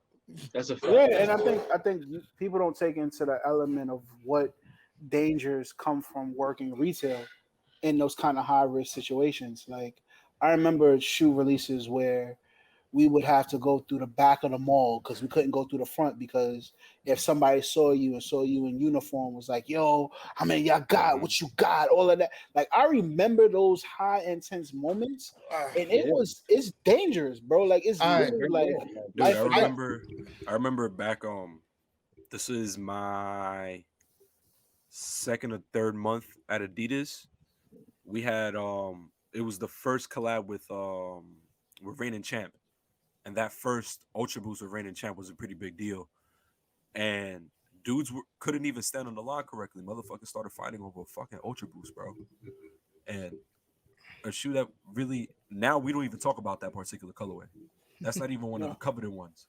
I don't even see people wear that shit anymore. So the fact that we go out of our way to fight for sneakers, and I understand, like, you really wanted, you coveted it, but it's never been that serious to take somebody's life, to feel like you're entitled to take somebody's life. And it just fucking sucks. My condolences to his family. Shoe Palace has blood on their hands, bro. Like, yeah, so like, funny. They gotta deal with that. Shoe Palace has to deal with that shit. And so crazy is that, like, when I got my black and gold sixes at Shoe Palace in Little Tokyo, it was the only reason why they sold me the shoe is because I saw them in the back boxing it up to take it to like ship it out. And I asked the dude, I was like, those are the black and gold sixes? And he was like, why? I was like, because I want them. I was like, can I have a size 9.5? He's like, oh, these are past the selling date. But I was like, they're past the selling date. So what are you going to do? And I was like, are you going to send them back to Nike? Are you going to send them back to Oregon? And he was like, nah. I was like, you backdooring shoes? Like, I literally said it out loud. You backdooring shoes? You ain't shit. It's a yes or no answer. You either at that point you gotta answer the question. And then he looked at and he heard it like in my accent that I'm not from here. And he's like, oh, he was stuttering. I was like, yo, bro. I was like, we can make this pretty easy, or I can make a scene in here. I was like, I work in retail. I can make a scene right now. And then he sold me the shoe, and that's how I know. Like, when I saw the shit and they said is at Shoe Palace, I was like, bro, Shoe Palace has been doing this for years. Like, if you was backdooring DMP 6s, Jesus Christ, I feel bad for that man. You gotta realize that should restock at least once a week after they came out. Yeah, like three times. Yeah, Robbie, you shared an interesting story about like people asking like release dates and like the danger of it. I still will still remember this day till this day. November 25th of 2011, I went to Queens Center Mall, which is literally approximately a 7-minute walk away from Left Rack. If all true New Yorkers know what Left Rack is, You know, it's one of the most dangerous housing complex in New York City. And And Jamaica probably too. yeah, it's one of the most dangerous housing complex. And this is like in those times where like New York City, like the economy was pretty dope, like pretty amazing. Like no one was getting laid off and shit. So like malls were open up 24/7 around the holiday season. And I remember the Black Cement Threes came out that night, and I went to the Foot Locker in Queen Center Mall. Me, my older brother, my cousin Torsten, my cousin Kevin, we all went. My older brother, like he didn't get paid. I got paid on Thanksgiving Day. He got paid on Black Friday at 3 a.m. And he was telling me, he's like, yo, I don't want the Black Cement Threes because I got the one from the Countdown packet. I want the Black Tim Duncans. And I was like, I want the Black Cement Threes. So I get the threes and I give you the money for the Tim Duncans. My brother had them. They went to go park the car up, and I went to line up on the line. So I'm waiting for my brothers and shit. You know, I'm in Queens. I went to Queen Center Mall since I moved to Queens in 2003. So I know what type of people there. Like some of the niggas went to my high school, and it was like this. And I had just graduated high school in 2011. So like I knew then I'm not focused on them. And I remember it was a couple cats that like I seen, but like I never really fuck with them. They never really fuck with me. And I guess like I peeped. One of the dudes, he came up to like this little Asian cat that was like 2 slots behind me, and he literally threw like some sandals in front of his face, and he said, "Yo, whatever size you want, like whatever size you get, that's what you're going home with." And he was literally telling like, "Yo, you're not leaving with no sneakers, you're leaving with these sandals." And he literally told him like, "Yo, play with your life if you want. It's not gonna end the way it did." And like when we got into Foot Locker, the dude told the manager at the Foot Locker, "Is it a way you can get me out of here? Because there's 2 dudes outside ready to kill me." And you know what they told the dude? He's like, "I don't know what to tell you." They was like, "I don't know what to tell you." And I was like, damn. And like me, I was like 19 at the time. I wasn't even 20. I had no facial hair. The bass in my voice was not the bass it is now. And like when you just mentioned that shit like brought me back to the time like niggas forget that like yo, we like it's still danger in the shoe shit, like in like the streetwear shit. Like so the manager basically said, I don't think you have the facilities for that, big man. You understand? Yeah. So it's like we could share stories of like tragedies in like the streetwear world because we survived it. We're probably like one of the last few guys that really saw real terror in getting shoes. Son, I've seen niggas. Oh yeah. I was there at the famous Green Acres Concord 11 melee. I was there. Dude, I was just about to bring up a story about that release. I was there, and everybody got a Concord story but me. I was at work. It's crazy. So I was in high school around the time. So, which is crazy because my sister at the time she used to pick up my Jordans for me. So I had a job at Foot Locker at the time. So I was Gucci my pair was already easy. So I only had 2 pairs, her pair and my pair. So I was in school. So I always would make her get my shoes on a Friday for me when they would come out. So that day I decided to not go to school, but I had a basketball game. So I'm like, yo, I'm gonna pick up my shoes myself today. You know what I mean? So I go, I'm like, yo, fuck it. I'm just gonna go help out the Jordan release and go to school. So I help out the Jordan release, but my job at Foot Locker, the rule is if you're working a Jordan release, you have to wear all black. That's just the rule. That's how Green Acres did it. You had to wear all black. So I pull up in my all black and I'm working. So I'm about to lift the gate for myself to come in the store. So I lift the gate. Some guy literally touches my hoodie and like, yo, he goes, "Where you going?" I'm like, "Bro, I work here." And then like some dude was like, "Yo, like," and like the people in the back knew who I was, so they knew I worked there. He's like, "Yo, he's chill, he works here." He's like, he's good. So like I made the guy, I said, "Yo, just for that, you're not getting your pair. Like I don't give a fuck, you're not getting your pair." So he was tight, but he was some street nigga. I knew he was some street nigga, so he got tight. So I was like, all right. So he kept pointing at me. So like, I'm like, all right. I had to wait in order to get my shift. In order to get my shift done, I had to go to the store. And Green Acres it's cool the way it's built. So like, where the stock room is, there's a back door and you can go outside. So I had to like buy my shoes and go to the back and just park. And I parked right in the corner. I literally escaped there to safe and sound. And after that, that was when the whole shooting at Green Acres happened. So I left 5 minutes right before the shooting happened at Green Acres when the Concords dropped, which is nuts. Dog, I remember that day when the Concords came out. So I live near Fordham Road. I live like literally a train stop away. And this is a little after the House of Hoops in Fordham had opened up. It was raining. It was literally pouring that day, bro. Yes, it was raining. It was terrible outside, bro. It was like sleet. It wasn't raining. It was like sleet. It was like a mix. It was like a snow rain mix. I remember that day. This was the first time I had ever like gone to school super late because I went to go get the Concords, dude. Never even made it close to the entrance because niggas, bro, it's Fordham Road, it's the Bronx, and it's House of Hoops. Like at this point, Jimmy Jazz had already backdoored their shoes, and whatever they had for retail were gone. Because as soon as this was the time when niggas was letting you come out the store with 3 shoes at a time. Oh yeah, Magic sneaker down the block. Literally, there was no retail pairs. So all of that shit got backdoored. You know, Platform NYC right across the street from House of Hoops, Rob, they ain't had none. Unless niggas was bringing them in to sell them for the retail. Dr. J's were probably sold out at the time. Dr. J's definitely did not have them anymore. Yep. And then, quick, I'm banned from Dr. J's on Jamaica Avenue, but thank God them niggas burned down. Them niggas closed out. So you know that meme of the I showed up to my biggest hater funeral? That was me when I found out them niggas. Big Fendi. And then, Rob, you know, all those jewelry stores with fucking Jordans, you know, ain't nobody stepping in there to buy shoes. Not a fact. That's a fact. Right?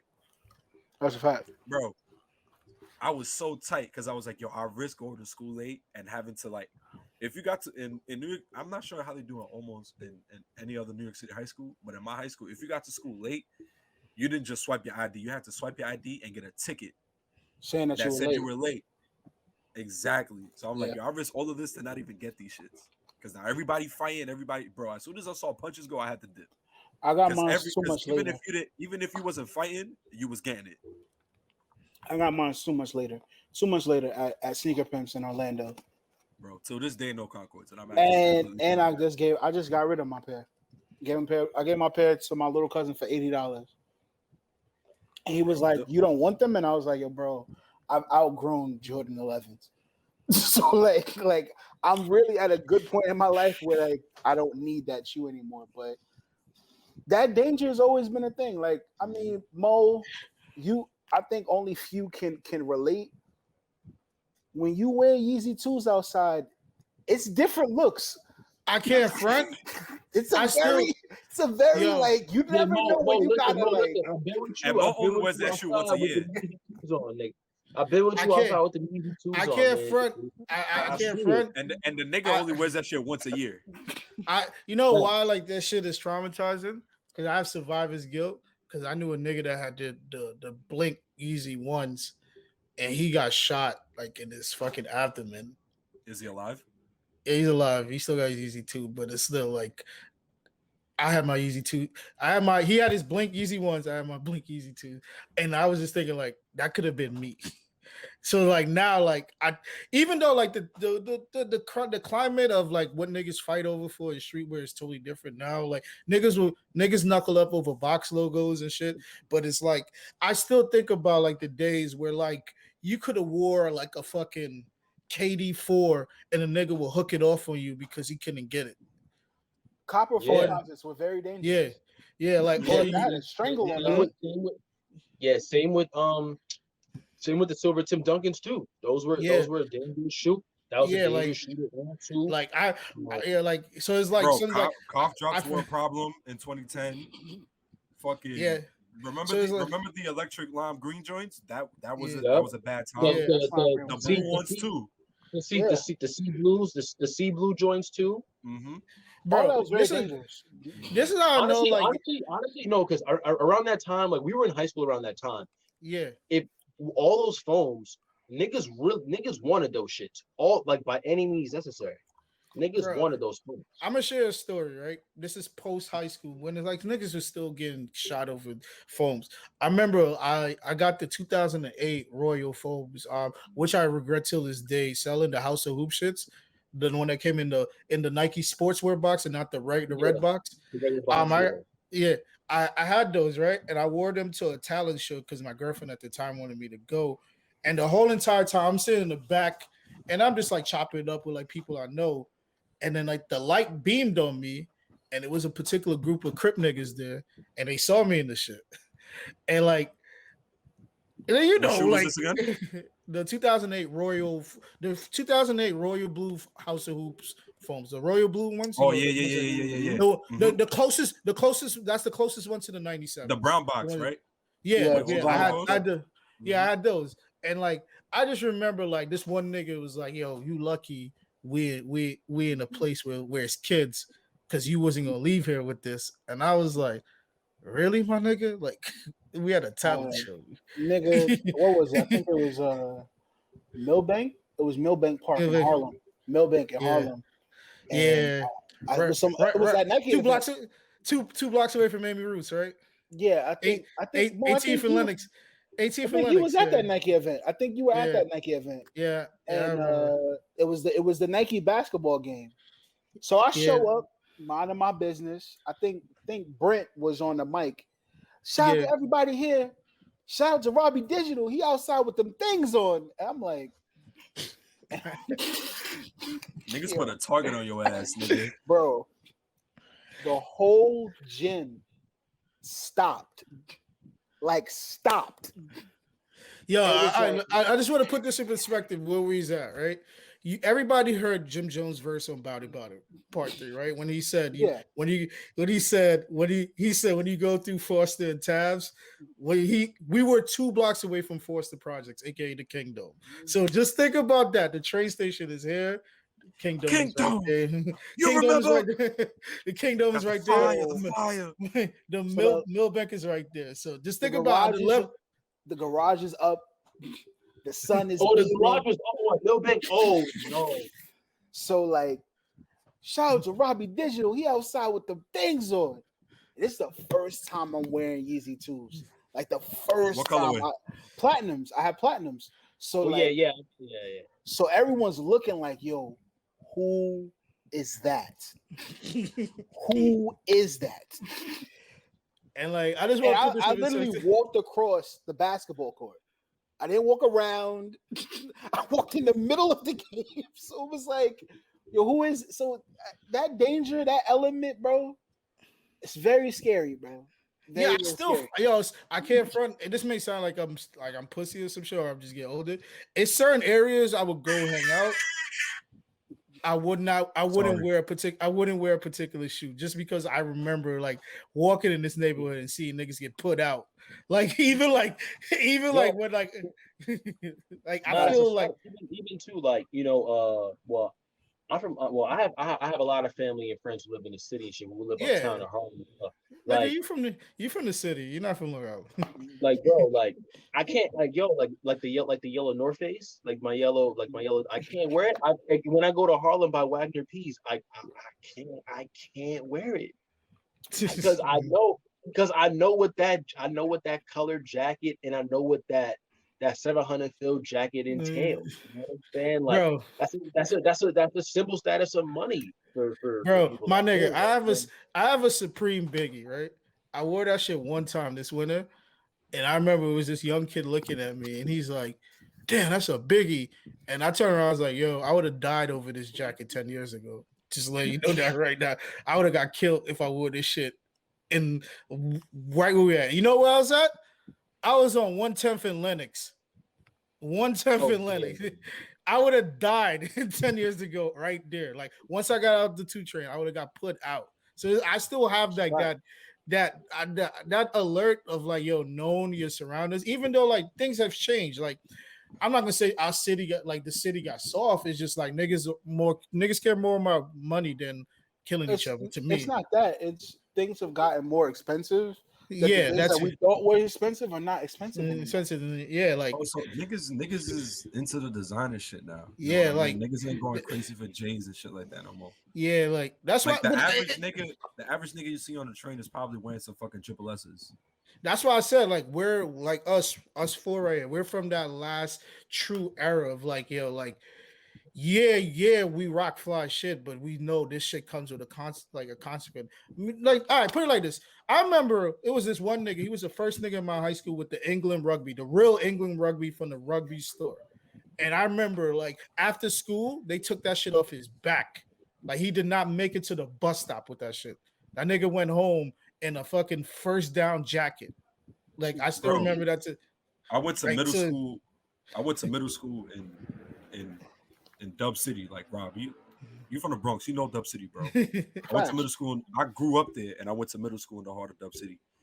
I seen niggas get their biggie slashed, bro. Oh, word? You didn't give me the biggie in the morning when we saw you going to school? Copy. Niggas came back, saw him and slashed this shit. Nigga thought he was good money coming out the other side. Like niggas see you from the other corner, bro. And what changed that too? RIP that young man that passed away in Bryant Park. I think next year is gonna make it 10 years since he passed away. Like, yeah, no, he didn't pass away. He's paralyzed. Oh, he's paralyzed. He's paralyzed. Nah, it was the dude who got robbed for his jacket by 40 projects in Queens. That was the situation. That was nuts. I remember that. That was crazy too. That was by ISA Gym. That situation, yeah, man. The guy they snuck up on him right by that school and just popped him with a shotgun to his chest just for that jacket. And so after that, I think after that, Mermont discontinued them. I believe after the kid got shot in Queens, that they were like, yeah, no more. And it's crazy too because people were dying for the Higgies and they were dying for the shiny 700 fills too. Yeah, it's a lot of things.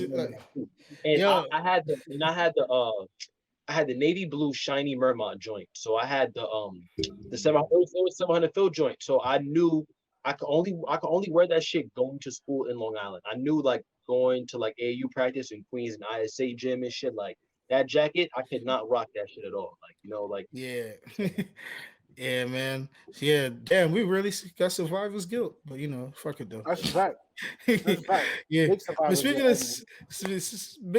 survivor's guilt, can we talk about how this white woman ruined the reselling market? Yo, my nigga, yo, the reason why I like this shit. The reason why this shit went to DSM, right? The DSM. Yeah. The reason why this is DSM. Add extra butter. Do not Khalifa, bro. Yo, the reason why this shit is funny to me because not funny. It's funny and like it's also it's like we all view the world as like a duality thing. Some of my friends that I love like feed their family off of reselling, and it took me a year and a half to understand like yo, fuck it. It's the best way. It's like selling legally drugs. Like this is what the reselling is. But the thing that's so funny about me is that me and Robbie said last night, she could have avoided this by going across the street. Shout out to all the homies that work across the street, Gang.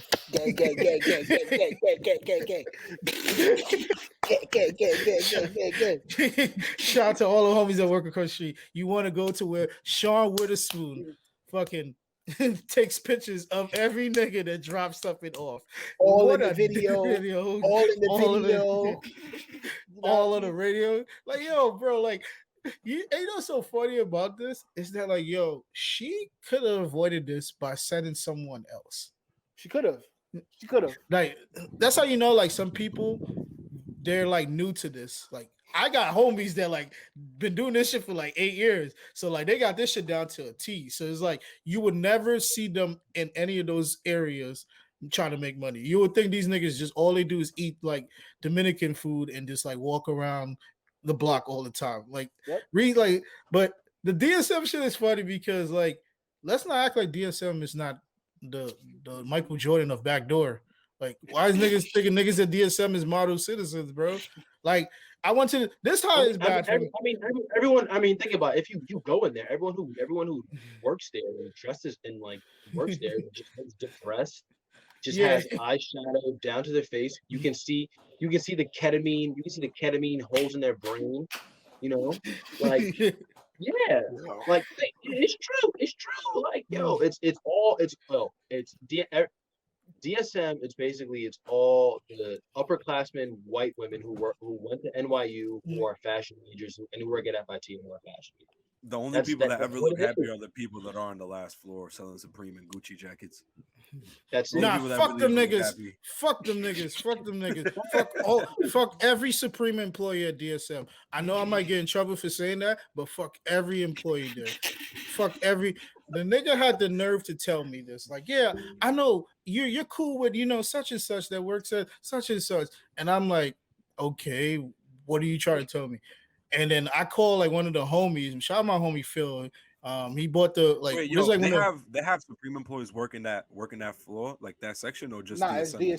It's DSM. Okay. Yeah, but like yeah. So I called my homie Phil, like, cause he was like watching, like he was watching something. So I was like, "Yo, this how the hoodie look." The nigga comes up to me like, "You can't put the camera on.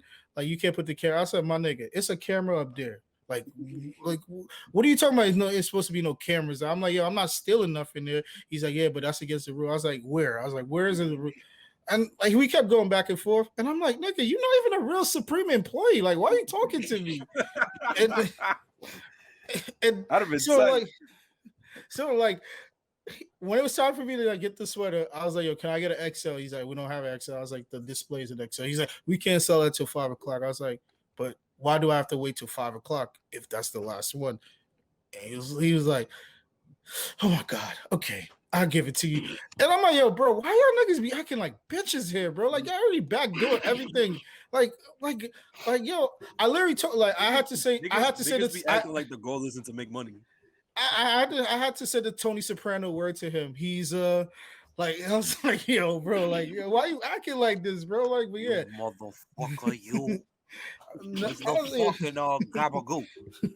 I was like, yo, bro. That's why I was like, yo, this is why sometimes like it's good to beat up employees at certain establishments. Bro. Bring back bullying.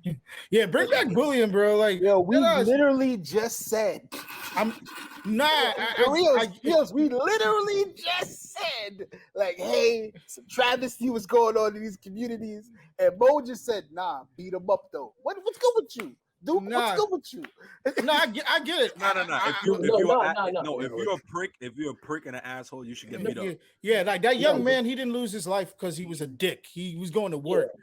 But it's some niggas that take their job too serious, and it's like, yo, nigga, like, I'm trying to boost your fucking that commission. That happened to me at a hat club the other day. At oh no. We here now. We here now. Oh no! Damn! Not Russell Simmons. Not Russell Simmons. Not putting on the headphones. Not Russell Simmons show store. I was at the Hat Club in Roosevelt Field. Was at the Hat Club Roosevelt Field, and everyone in the hat game knows me, and I be collecting shit. So, but the thing is too, like I took a break, so I wanted the Ivory packs. You feel me? Mm-hmm. So I do the classic Cokes. You feel me? I'm a classic Coke advocate. So I'm like, yo, I just want my Yankees and my White Sox joint, right? So they sold the White Sox one. They sold my size for whatever. So I'm like, all right. So the one my size was the display one, right? So I'm like, okay, I know I can't get it right now. So I'm like, I'm gonna have my friend get it for me. So she goes, oh no, you can't get the hat. I'm like, fuck you mean I can get the hat? Like, it's on display. Like, that's the one I want. Like, I want to buy it. And then, so I couldn't get it. So I walk out. I get the hats I need. I walk out. So I have my boy go get that shit for me. And she knew that it was for me. So she didn't want to give it to me. So I'm like, yo, just take that shit and pay for it. Fuck her. Who gives a shit? So my boy gets fuck her. Yo, yeah, dead ass. I'm like, yo, fuck her. Yeah. I'm like, yo, if she makes it a big deal, then she can go fuck herself. Like, I'm like, yo, like, you're not even wearing the same size as me, so just buy it. So she knew it was for me. So like, she's like, all right, fine, because she thought I gave her an attitude. But it's like, yo, like, listen, you don't want to sell me something, and I want to give you money for your business, of course. And you don't give me the product, of course we're gonna have a fucking attitude. The customer's always right, dickhead. Like, that's why. So yes, Mo, I agree. People get too entitled. Yeah. Some people take the job too serious. That's why it's like, It's like, yo, niggas forget you work at a boutique store. You got the easiest job on the planet, bro. Like shit sells. Like shit sells. Like I don't get it, but yeah, man. Yeah, white women ruined the sneaker game. I'm running with that. But it's nuts though. But like, it's nuts. Like how? But how they let her get away with that? How did they let her? Because round, you know what's round crazy? They're very strict. I know they're very strict at round 2 when it comes to taking, because they have to have a certain amount of inventory. Yeah. So I know, and they're not making money. And they're not making money. No, because I know at round 2 they only keep money sizes for some shoes. So like they'll keep let's say they'll keep a 4.5 to 6.5. They'll keep one of those, and they'll keep like a 8.5 to 10.5, and they'll keep like one big size, and depending on the shoe. So like I looked at the inventory. I'm like, yo, there's like 2 9s, 2 10s, 2 5.5. So I'm like, yo, like that's so much inventory for them, and they're not gonna sell all those shoes right away either. But I mean, also niggas, the way the sneakers have been going, niggas haven't really been able to get Sacai's off sneakers. So they know niggas gonna run to they know niggas gonna run to the store. That's where the dismay is at, because she brought a shoe that's technically not released yet. Right, yeah. That's right. So it's like, because if you look at Extra Butter, and then if you look at Extra Butter's comment on Twitter, they were like, "Yo, she doesn't work here," and we never. If you look through our social, we never gotten Sacai's. No. And DSM also said, "Yo, we haven't even gotten the inventory yet." All I'm saying, some nigga losing their Nike account before the summer over. That's a fact. That's a fact. And that's the thing. Once you lose a Nike account, it's hard to get it back, even if you can. But even if you can, yeah, like it's impossible. Yeah, it's like, bro, this is bad. But then it's like we did see a woman. We also did see another white woman step down after her son had exposed his whole sneaker layer. Oh, y'all niggas forget the little white boy that had the whole nigga from Oregon. Yeah, like his mom looked at sneakers, right? Yeah, right, so right. it's like, and she got a slap on the wrist. She got a severance pack. I mean, she still got her lifetime discount, and she still. So it's like she works at Extra Butter or DSM. Neither of those are losing their account. Period. Yeah, it's true. They're not losing their account.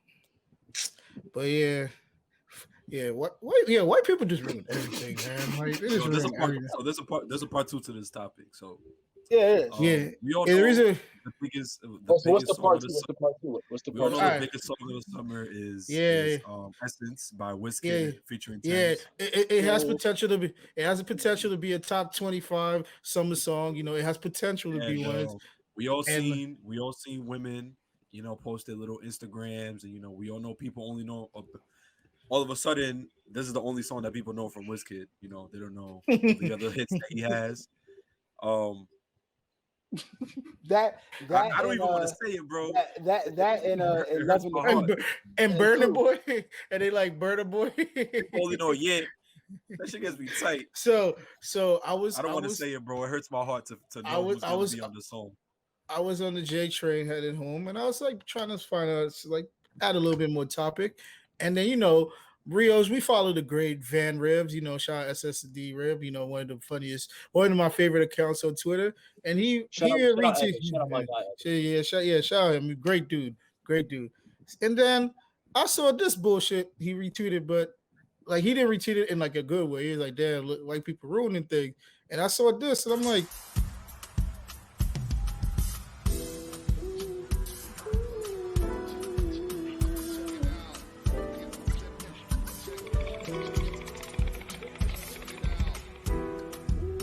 up to my brother. I don't even want to play this. I don't want to play this. I don't want to play. Yo. How come? No. I've noticed this. I've noticed this every time. That's the white person's favorite dance. That little bop. Every time. Yo, I'm gonna say this. Yo, Justin Bieber ruined two. He's about to ruin 2 songs of the summer. He ruined Despacito. Now he about to ruin this. I can't take this shit no more, man. I can't take this shit no more, bro. I really can't, bro. Despacito was fine without this nigga, and he got on it. And now, bro. Put it like this, bro. Essence, bro. If he get on the Pink Panther song, I'm a fucking break. Yo, whoo. Oh my god, I might break something. If you get on a Pink Panther song right now, bro, I'm gonna kill this nigga. He's gonna do Them crackers. Yo, I'm gonna be He's tight gonna if do he a remix with Tim's. Him and Tim's is gonna do a song, and it's gonna be fire. Yeah, don't get me wrong. All Don't get me wrong. Don't get me wrong. saying as Just Stems, yo, listen, I've been saying this for a very long time. Nigerian women got it. Nigerian women got it. Yeah, and these I think niggas this is what we're doing, huh? These niggas prepare for the next topic. All right, cool. Upset. All right, so cool. As native New Yorkers, right? From the five boroughs, right? Rios is from the five boroughs because I never consider Rios from Long Island. That's on Mama Love. Let's go. I never considered even before I even like me and Rios got cool. I never thought Rios was from Long Island. I seen Rios a couple times before me and him got cool. I never thought he was from Long Island. But so like, yes, right now you're looking at 4 stands that's about to wall out for this little segment. I'm gonna say this. That might be some of the best live performance I've seen, like from both sides. No, for both sides of them. Like to see 6 people I idolized as a kid on the same stage is pretty amazing. Like the day of the battle, and niggas saw me post like all those mixtapes that I was listening as a kid. Like this one dude was like, "It's no way you remember all these mixtapes," and I was like, "Nigga, I got the Scooby Snacks mixtapes in my pop storage right now. I could go get that shit if you want." I like literally like this from Scooby Snacks to the Champions here 1, 2, 3 to Al Qaeda Jada 1, 2, 9. Yes, Al Qaeda Jada. Niggas forget that Jada Kiss used to call himself Al Qaeda Jada.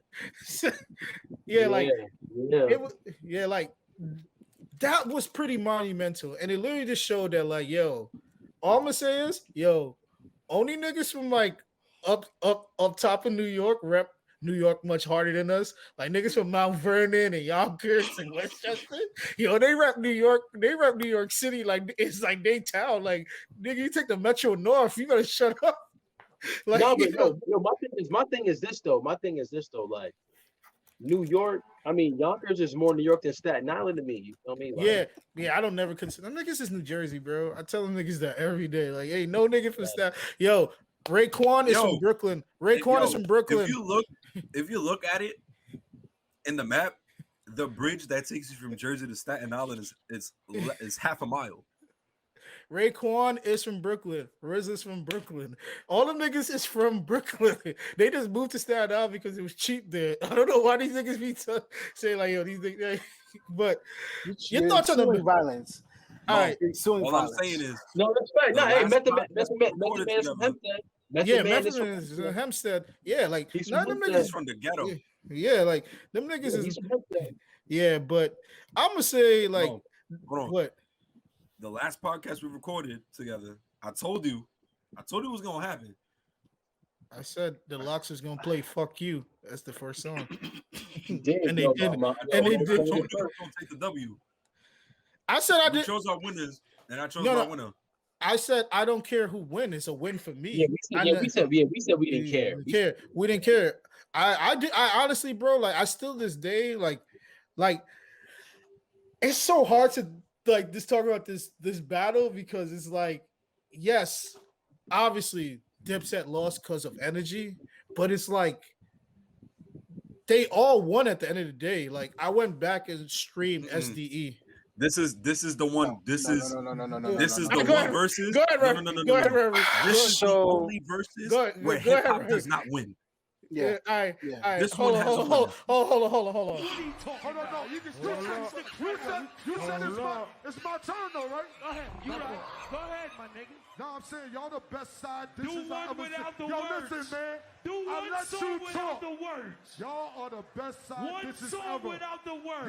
Y'all know everybody's song. Y'all the best peas and gravy I ever seen. Y'all the best side dishes ever, my nigga. Facts, nigga. You want to explain to them? Yo, it's nothing more funny than see the Harlem nigga tight, bro. Go ahead, Robbie. I will be the first one to say that I had Dipset winning this by a landslide. Yeah, you're uptown, baby. Come on. Yeah, you're from uptown, so. And I am from the Bronx, and I've been to Getting Square. I've been to Yonkers Raceway. I've shopped at Cross County. If you ain't never got pressed to Getty Square, you ain't never been to Getty Square. Wait, you never been to Slow Bum, have you? You been to Slow Bum? I've taken joints to Yonkers. You've been no, hold on. You've been to Prospect? Yeah, but I'm saying, yeah, have you been to Slow Bum? Have you been to Slow Bum projects? Bro, I've been outside. I've taken joints. I've taken joints to Yonkers Raceway like it was a brand new place. So be clear. I've been outside for a long time.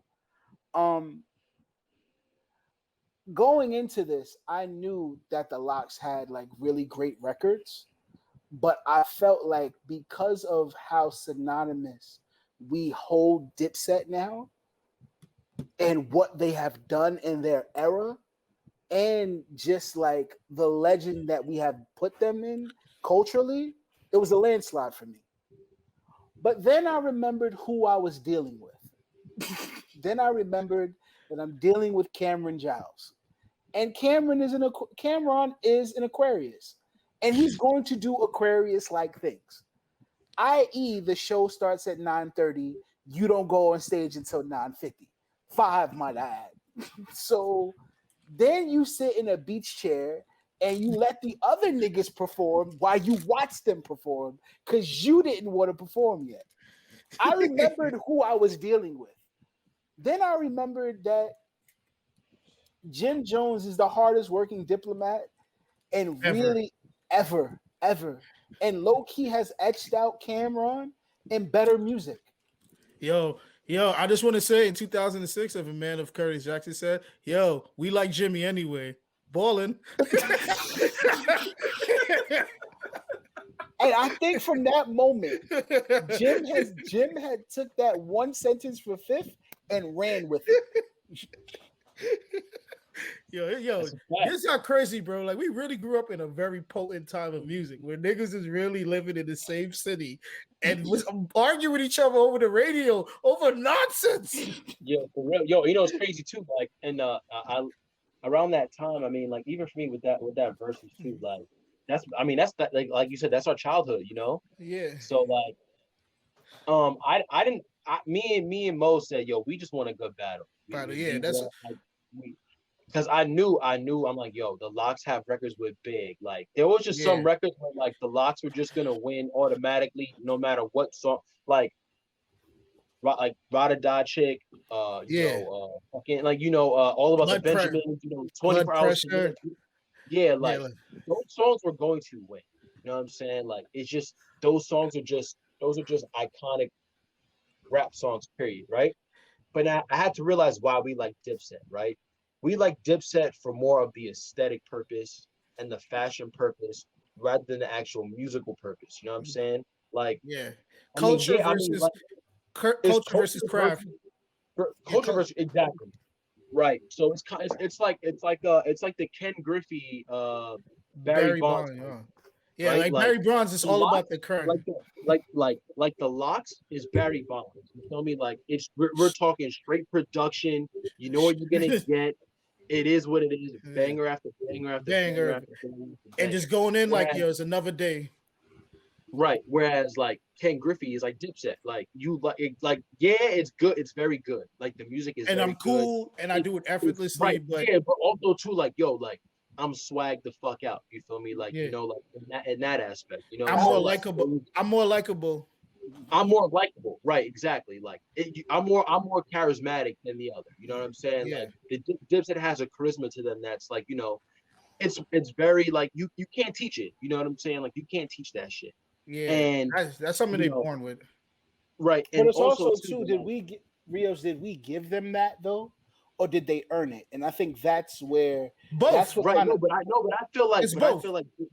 Right, but I feel like too, like especially with the new rapper generation now, like they give Dipset their props because of the way they handle themselves aesthetically. You know what I'm saying? Like that's how they were. Like, you know, like they were the first. Like Dipset was the first niggas I seen rocking chrome hearts and you know wearing you know what I'm saying? Like they were the first niggas I seen doing the chrome hearts denim and the chrome hearts jewelry. And, you know what I'm saying? Like that stuff. Like and that stuff's in style now. And like, you know. They definitely Even birthed a lot of generation.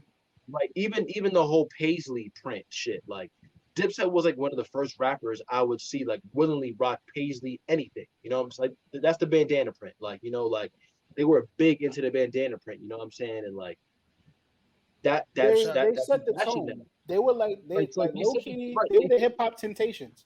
Like they wore they like you gotta remember like when you watch Hey Ma and you see Jim in an MLB Jeff Hammy, you see Cam in an NBA Jeff Hammy, then you see Joel's in an NFL Jeff Hammy. Like it was just like you were like, wait, what kind of signing bonus did y'all get? Y'all just I can't front. Amazing all the time. I can't front. Without Cameron, I would never know about Jeff Hamilton. I would have never know about Jeff Hamilton. I would have just thought like, oh, that's the NBA jacket. I didn't like. He made me looked into like, oh, Jeff Hamilton makes more than NBA jackets. He makes other things. But like to bring it back, it was more like craftsmanship versus thing. But the thing that was beautiful about this, right, is that like, why are people are like shocked to see Jadakiss rap? Oh, I can tell you why. Because Jadakiss exists before the internet. So exactly. a lot of legendary things that Jadakiss did are non-existent on the internet. I realized that when I watched the Stretch and Bobbito documentary, and the kids were like, "Yo, did you hear that Big L and whole freestyle?" And I'm like, "You mean the one from like '94?" Like, what are you talking about? Like, no, you all right. Jadakiss got up there and did the Who Shot Ya freestyle, and you thought it was a brand new song. Yo, bro, shout out to the Champ is Here series. Shout out to DJ Greenlander, and shout out to DJ Drama. Shout out to DJ Drama also. You guys can hear me? Yeah, we can hear you. Yeah, we can hear you. But no, I mean, with that battle, like it was just crazy too, because like people forget too, like Sheik Luch got, Styles P got bangers, and like the worst part too, like, you know, people thought, there's the Lockstone got songs for the ladies. I'm like, bro. Okay, so let's talk about that. Let's talk what's about crazy? that moment. Before you get there, you know what's crazy? Sometimes maybe you guys feel different, but I feel like he played the lesser of the Mariah songs he has. Like he played Honey, but if you would have played You Make Me Wanna, that'd have been different. Or K-I-S. That's it. You Make Me Wanna. But the beauty of this battle, right? When I knew it was gonna be live in the Garden, you know what came to my mind? When Jada dissed Beanie Siegel at Powerhouse in Philly. I was like, why is these niggas battling in the Garden? They should battle on Zoom and some shit. Because I wish it was at the Apollo. Oh no, you trying to get them niggas killed? What?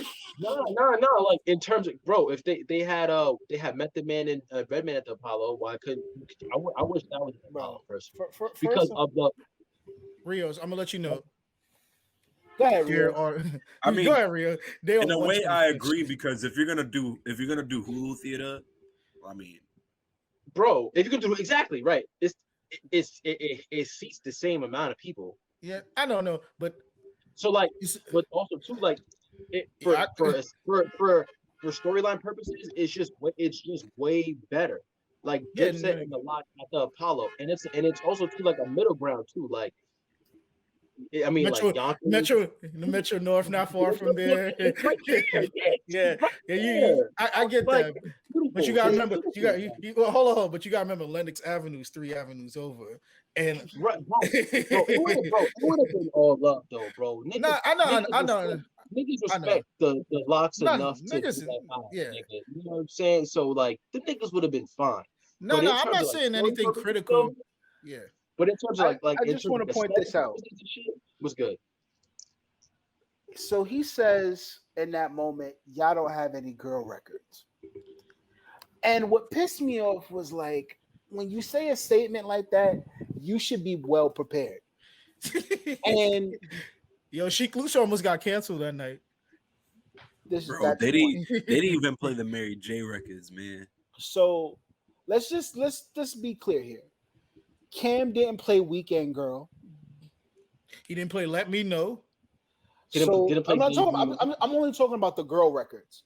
That's all. Let Me Know. The shit he rapped on the Leah record when he's like, I met the girl, she had a life, 2 kids, a man, a hell of a life. Yo, that shit is audio pain right there.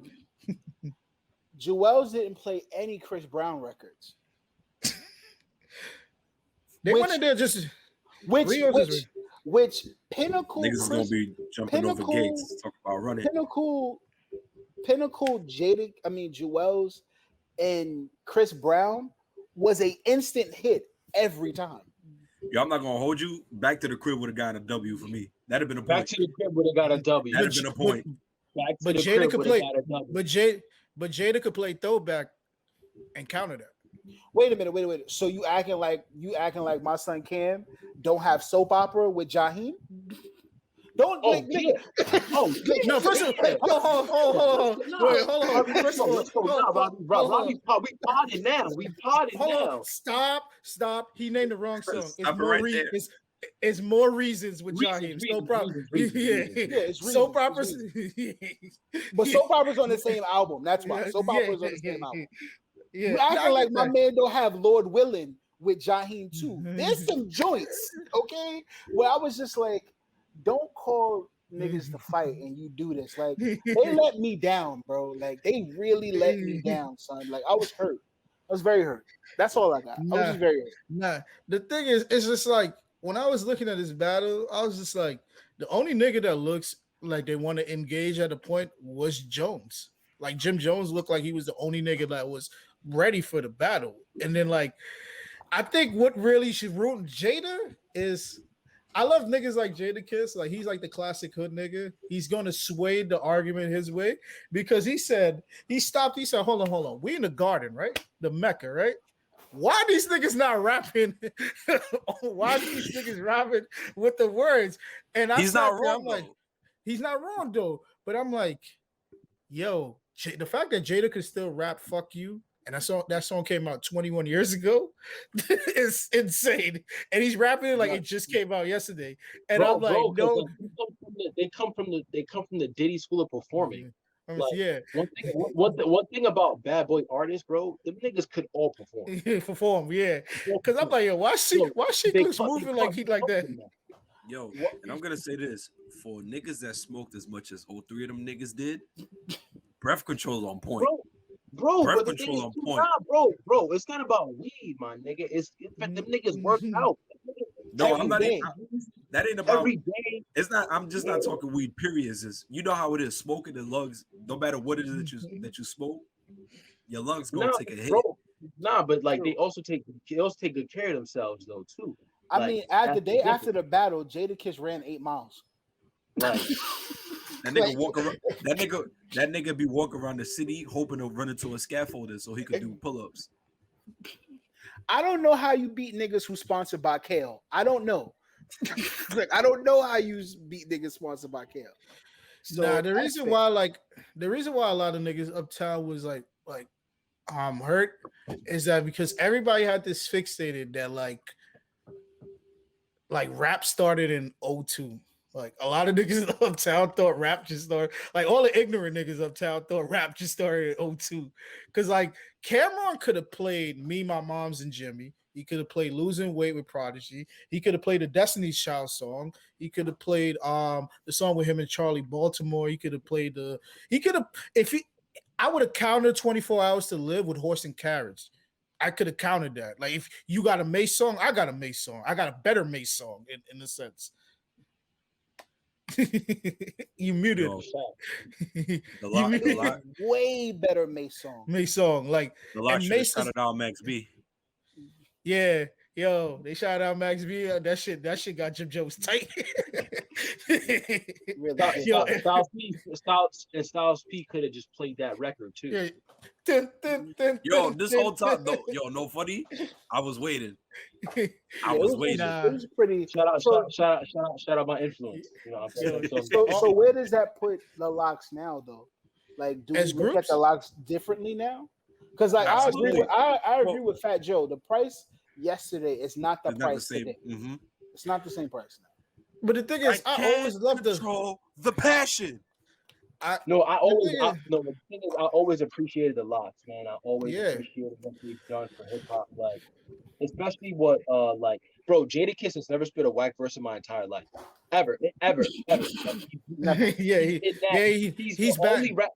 He's the only rapper that's never spit a whack verse on any song he's ever been on. He's bad. Whether it's from Mariah Carey to fucking Neo to fucking the Jockey record, nigga, to the shits he does with fucking Currency, like you know we were on Clubhouse and we found Rios. We were on Clubhouse and we found the nigga from Cambodia who had a song with Jadakiss, and Jadakiss was still fire. I had never heard this song. Edsel, you were there. I had never heard this song before in my life. He said he had a record with Jadakiss. I said, nigga, how? Played it and it was fire. And I was like, yo, how did you even get Jadakiss? Nah, Jada just like working. Like Jada just like working, bro. I think we've all made a hypothetical like list of like 20 or 50 top great. We all know that. I can say at least I hope that all four of us here have had Jada as a top 20. Jada's in my top 10, but I think Jada's in my personal top 10. Jada's in my personal top 10. He's in my personal top. He's in my personal because he's always been in my 20. Like rappers of all time, he's in my top 10. Jada's, but the thing is, it's like let me just finish the point real quick. What I was gonna get to was what I think this versus did was more so giving love to Styles and Luch because the first word that anybody thinks of the Locks, everybody knows the Locks. The first person we're always gonna think of is Jada. Even for a casual, for somebody who doesn't really listen to hip hop or anything like that, we're always gonna think Jada. But I think this really put the spotlight on Sheik and on Styles, deservedly so. Came a little late, but deservedly so. Absolutely, but I think just to see Jadakiss be a team player in the Fabulous battle and then be a team leader in the Locks battle was very important. Mm-hmm. Like if this was Cam versus Jadakiss, it would be a very different conversation. Honestly, it would have been an interesting battle the more I think of it. But because the team aspect, they perform better. They like I remember like there's I don't remember what song it is, but Jadakiss said it's 30 for Jada and 100 for the Locks. Blackout. He said you played 30 for the Kiss. Blackout. He said you played 30 for the Kiss, 100 for the Locks, and if you let me write a hook, he said I could write a hook for a drop. A bankroll is in my bed. A Zebo my pet. I know that. I know that whole verse. I know that whole song. I could rap that whole song. That tells you that like he takes being a team leader very seriously and moves accordingly. And knows how to flip that switch on and off. Cam has never wanted to be a leader. Cam literally left that battle and was like, y'all lost. He got paid, bro. But I think we spoke about this the night before. I think we all agreed on that if they were to lose, that's what Cam was gonna say. It was like I also think Cam went home and really reevaluated how much of a team leader he's not. I think now going forward, because they have to go on tour, he's gonna want like if that tour is anything of a preview of if that battle is anything of what the preview of the tour is gonna be, they're gonna have to be better. Like, But because Dipset they're was gonna never get good showed live. up. Dipset was never good live. I saw them. Yeah, I seen yeah. Dipset like at 3 points in their career. I saw Dipset in 06. I saw them like right before who I saw them right before who opened up. There's like shit. They opened up for it was a Nelly concert. I went to a Nelly show and they opened up for Nelly, bro. And then they were fine. And then I saw them like with Vado too, like the whole Salute era. Like I was in high school, and then I saw them again in like 2018, and it's the same performance. They're never good live, bro. Like the thing with Dipset is, and this is like the best analogy. Dipset is the cool high school kid that's been cool their whole life. So like everything just naturally the comes nigga to that them. peaked at high school. Yeah, like these niggas peaked and never like fell off, and like now that they gotten older and they just starting to like age, it's showing that like how like like you're not them niggas no more, bro. Like you niggas was never like I was never a Kamari. I was just too cool for school. Like y'all niggas was just too.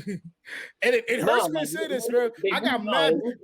They move like a bunch of basketball playing ass niggas. Yeah. They move. Yeah, they move. Yeah, they move like what's that team what's the team that Ben Simmons and D'Lo play on? They move like them. Montverde. Yeah, like they know they're gonna cook you, but it's like yo, I don't gotta work for it. Like, no, I'm not passing the ball. Yeah, I'm not passing the ball.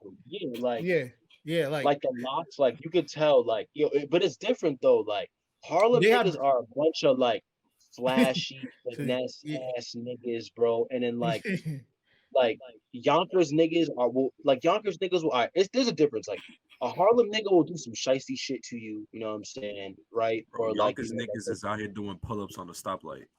Bro, like like a Yonkers nigga, bro. Like you'll be in your car and like they'll put like you'll get the fuck out the car type shit. You be like, oh, you know what I'm saying? Like that's the type of energy that Yonkers niggas have. So like their parents are adopted. Their parents are adopted in Yonkers. Like it's different. You know what I'm saying? Like it's a different energy.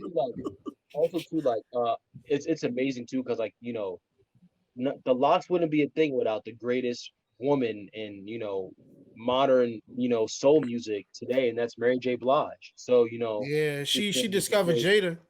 Just say shout out to her, man, for what I'm saying, like even tapping into that. And they didn't play a single Mary J. feature.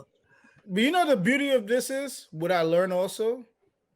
The Locks sound better on other people's song compared to how Dipset sounded on other people's song. Like this was like they literally showed that like posse cuts can take you a long way. You can literally live off a posse cut because these niggas play Reservoir Dog, Blackout. These niggas also played the 24 Hours to Live. They played New York. Yeah, like bro, posse like we gotta really look back and like posse cuts is where people really show their true skill, bro. Because like Jada didn't play All for the Love. No, he did. He played. He played All for the Love before he played. We gonna make. He had to play that shit. He had to play that shit. Yeah, bro. And that's probably why I forgot because once they played We Gonna Make It, I went stupid. I can't front. If my wife can't rap on the first verse to All of the Love, I don't love that. I don't love that bitch. I'm letting her know that right now. Yeah. If you can't rap the first verse to All of the Love, I don't know, bro. I can't trust you, bro. All I'm saying is, if the energy I felt watching this shit on the live stream, like, bro, I'm just imagining if I was there live, bro. That shit must have. I just want to know how people felt. Like, I need to talk to somebody who was there live. Because I need to know how that energy. I'm gonna speak to my good brother Dev, because Dev was like the only Harlem dude that wasn't like hating on like the Locks, because Dev is a real hip hop nigga. So shout out my good brother Dev. But yeah, what do we want to talk about? Why is niggas heard Jada like Who Shot Your Freestyle? It's like, oh, that was off of DJ Clue. I'm like, yo, bro, the nigga clearly said Dub Dime. That's 2010. Like, if y'all niggas know math, y'all would know the song came out in 2010. Like, and niggas like, yo, this is so breathtaking. I'm like, That's so fucking. We heard way better Jadakiss freestyles than that. It's just like it's just the thing that's so funny about it is that like yo, it's just like niggas start like bringing up like Reddit shit like yo, he said they didn't shot you to Cameron because they didn't kill you, and I'm like, bro, he said that 10 years ago. Like this has nothing to do with Cameron getting shot. Nothing to do with Cam. This is how you know, like this is how you know niggas just be making up anything. But my favorite part of the battle is when Jada did this. Like Daddy Cool, this Valley Jewel, this is real life street shit, true to the deep end. I know niggas that go to jail just to get their teeth said. Think I give a fuck. When he pointed at you else and said, I know niggas that wait. Play that back. Like Daddy Cool, this Valley Jewel, this is real life street shit, true to the deep end. I know niggas that go to jail just to get their teeth said. Think I give a fuck. I didn't remember seeing that. Nigga, this how you know, bro. I was standing out, my nigga. I was a stand. Yes, I was a stand that night. I was the inner ignorance of me.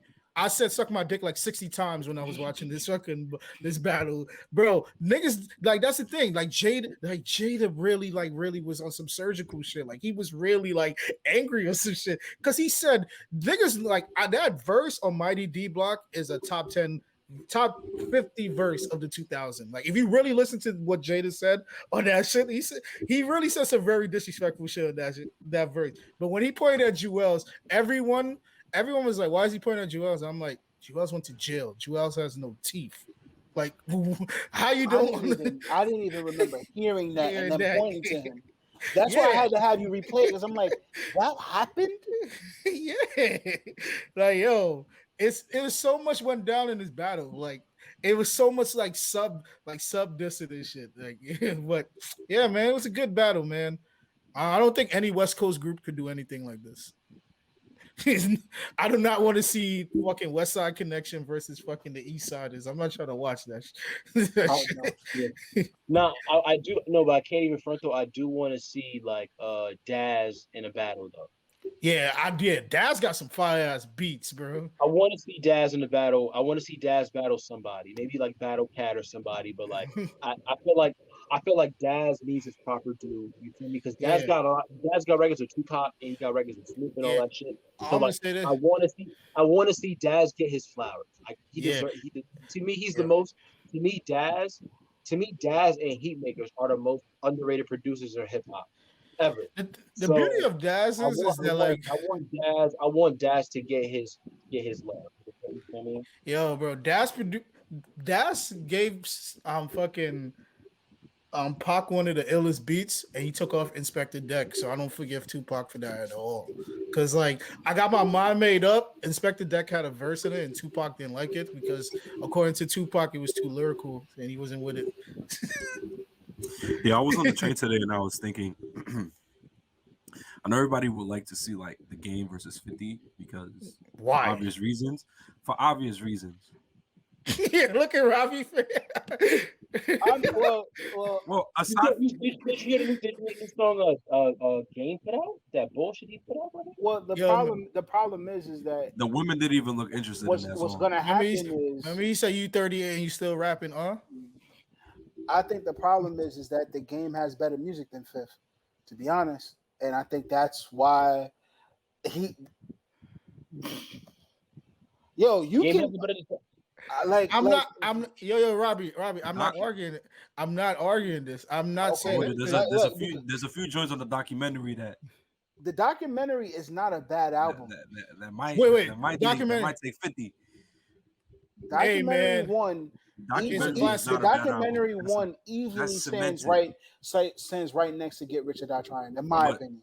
What I was gonna say was like I know people would like to see that, but what do you think about like the Game versus like Rick Ross? Nah. I don't want to see. I don't want to see the Game go out like that. The next versus I want to see. Ross is washing that nigga. I was just sitting on it. I was just thinking about it because it's like I don't know. Like I don't know how many other people because I don't know what you gonna do like Ross and Wayne. I don't think Wayne is doing a versus. I would love to see 3-6 Mafia versus UGK. No, I can't watch that. I'm gonna be hurt. I love both of them niggas equally. But like, it's not bad. But but the thing That's is, not if you bad. But I don't want to see. I don't want to see Bun B by himself. But the thing is, if you're gonna put 3-6, is Gangsta Boo gonna be there? Because Juicy J and her still got beef, so I don't know. But people were saying Outkast too. Outkast versus 3-6. 3-6 is smoking Outkast. I don't give a fuck what no nigga say, bro. I don't give a fuck what no nigga tell me. I don't give a fuck. I know who got caught in the Range Rover with the bar. We know who got caught in the Range Rover with the bar. Yo, I mean, when I come in Atlanta, what time is Eastern time? Okay, if my feelings and my statements are those with Bun B, okay, and Pimp C. Those are not with Bun B statements. Those are Pimp C statements only. Okay, I love shout out Pimp C, because Pimp C was the first nigga to call these Atlanta rappers pussy after 50 Cent done said I'm leaving and I got money on the BET stage in Atlanta. He said, "You nigga," he called up the station and said, "You niggas, you Atlanta rappers are pussy." And he said, "Y'all niggas ain't do shit to 50." And he said, "You know what? I'm rocking with 50." And then after that, he kind of it's crazy how Pimp C's career kind of like shifted after that situation, because obviously he died, but like in terms of like rappers in the South and rappers in Atlanta wanting to fuck with him, niggas in Atlanta did not fuck with them after that. You know what I'm saying? So like it was like that time where like Pimp C, like, you know, he died and shit, like he died causing chaos. You feel me? On some ill shit. Like a real nigga. Nigga say, y'all Atlanta niggas talking about y'all created crime. Y'all stole that from 3-6 Mafia. Nah, he really hated Atlanta niggas though. He really did, yo. He was like, he really, yeah. RP from C smoked Jay-Z in his own song. He goes, you don't let that boy. He goes, you don't let the boys from Queens come up into your city, walk on your motherfucking stage, and they do shit to the nigga. Jay-Z regrets. Yeah, Jay-Z regrets Pimpin' because he got smoked by I like 50 Cent. I like 50 Cent. Okay? I like Curtis Jackson. Okay, he's a good dude. Okay, and he got balls for what he did. Stepping to y'all punk ass Atlanta rappers. Yeah, but yeah, 3-6 definitely deserve a battle. Like it's like I remember when I was in like middle school and niggas was like asking me like, why am I listening to 3-6? Because like I wasn't listening to like, you know why? Fuck you. niggas is because I remember like I found out 3-6 like old shit, like fucking like Mystic Styles and like Till the End, and like I was like, yo, this demonic shit actually like has like a good message at the end of it, because like, bro, like 3-6 was probably some of the first rappers that admit to doing coke, because I thought rappers never did coke. Like I'm like besides Prodigy, to me they were like the first rappers to kind of like do hard drugs. Not glorified drug use, but like rap about it in like a relatable way. You know what I'm saying? Rappers weren't popping pills and like popping beanies and greenies and shit. Like they were doing that, and it was cool, and it was kind of cool. So like I respected them for that. But like in terms of like their impact, Hypnotized Minds, man, that whole sound, like, you know, it changed hip hop music. It really did. Like it made like I say rap as a whole more like you need more raunchy records. You need more raunchy like anthems, and like 3-6 Mafia was like the pinnacle of that. So I mean, definitely that's what they were. So Gangsta Boo was the first woman I ever heard that said she was gonna do like cocaine before she gave a nigga some pussy, and I was like, "Yo, that's some white girl shit." But yo, salute to her. Shout out Gangsta Boo, man. Yo, Robbie, it's the truth, bro. Mo, this is your show. Like, I'm just a vessel. I'm just here. All right, yo. We almost there, but you know, this man. Yo, telling the woman no Cuomo after complimenting her is really nuts, bro. We're glad he's gone. Yeah, he's supposed to be gone. All y'all women. Wait, hold on. Put that Come on. Wait, hold on. I got something to say. Hold on. The Bronx has something to say. All you black women that was standing on this nigga in the ring lockdown when he was putting his foot down, more like putting his dick down on the women, on his employees. Nasty ass nigga. Yo, I haven't forgotten how y'all would say he's fine, and then y'all said his brother's fine. Y'all was standing over his brother when he had COVID. I ain't forget. And CNN gotta eat they whole shit up too now. Hold on, man. Hold on, man. Too. This nigga said, hold on. Oh, Lord have mercy. Another coon. Damn coons. I gotta do a coon analysis and a coon screening. It only takes a little bit of white brainwash to activate the coon chip in the average Negro. Them crackers. Fuck y'all. I will never forget all the black women that was standing on Chris and Andrew. But I will say this. He legalized 40 ball.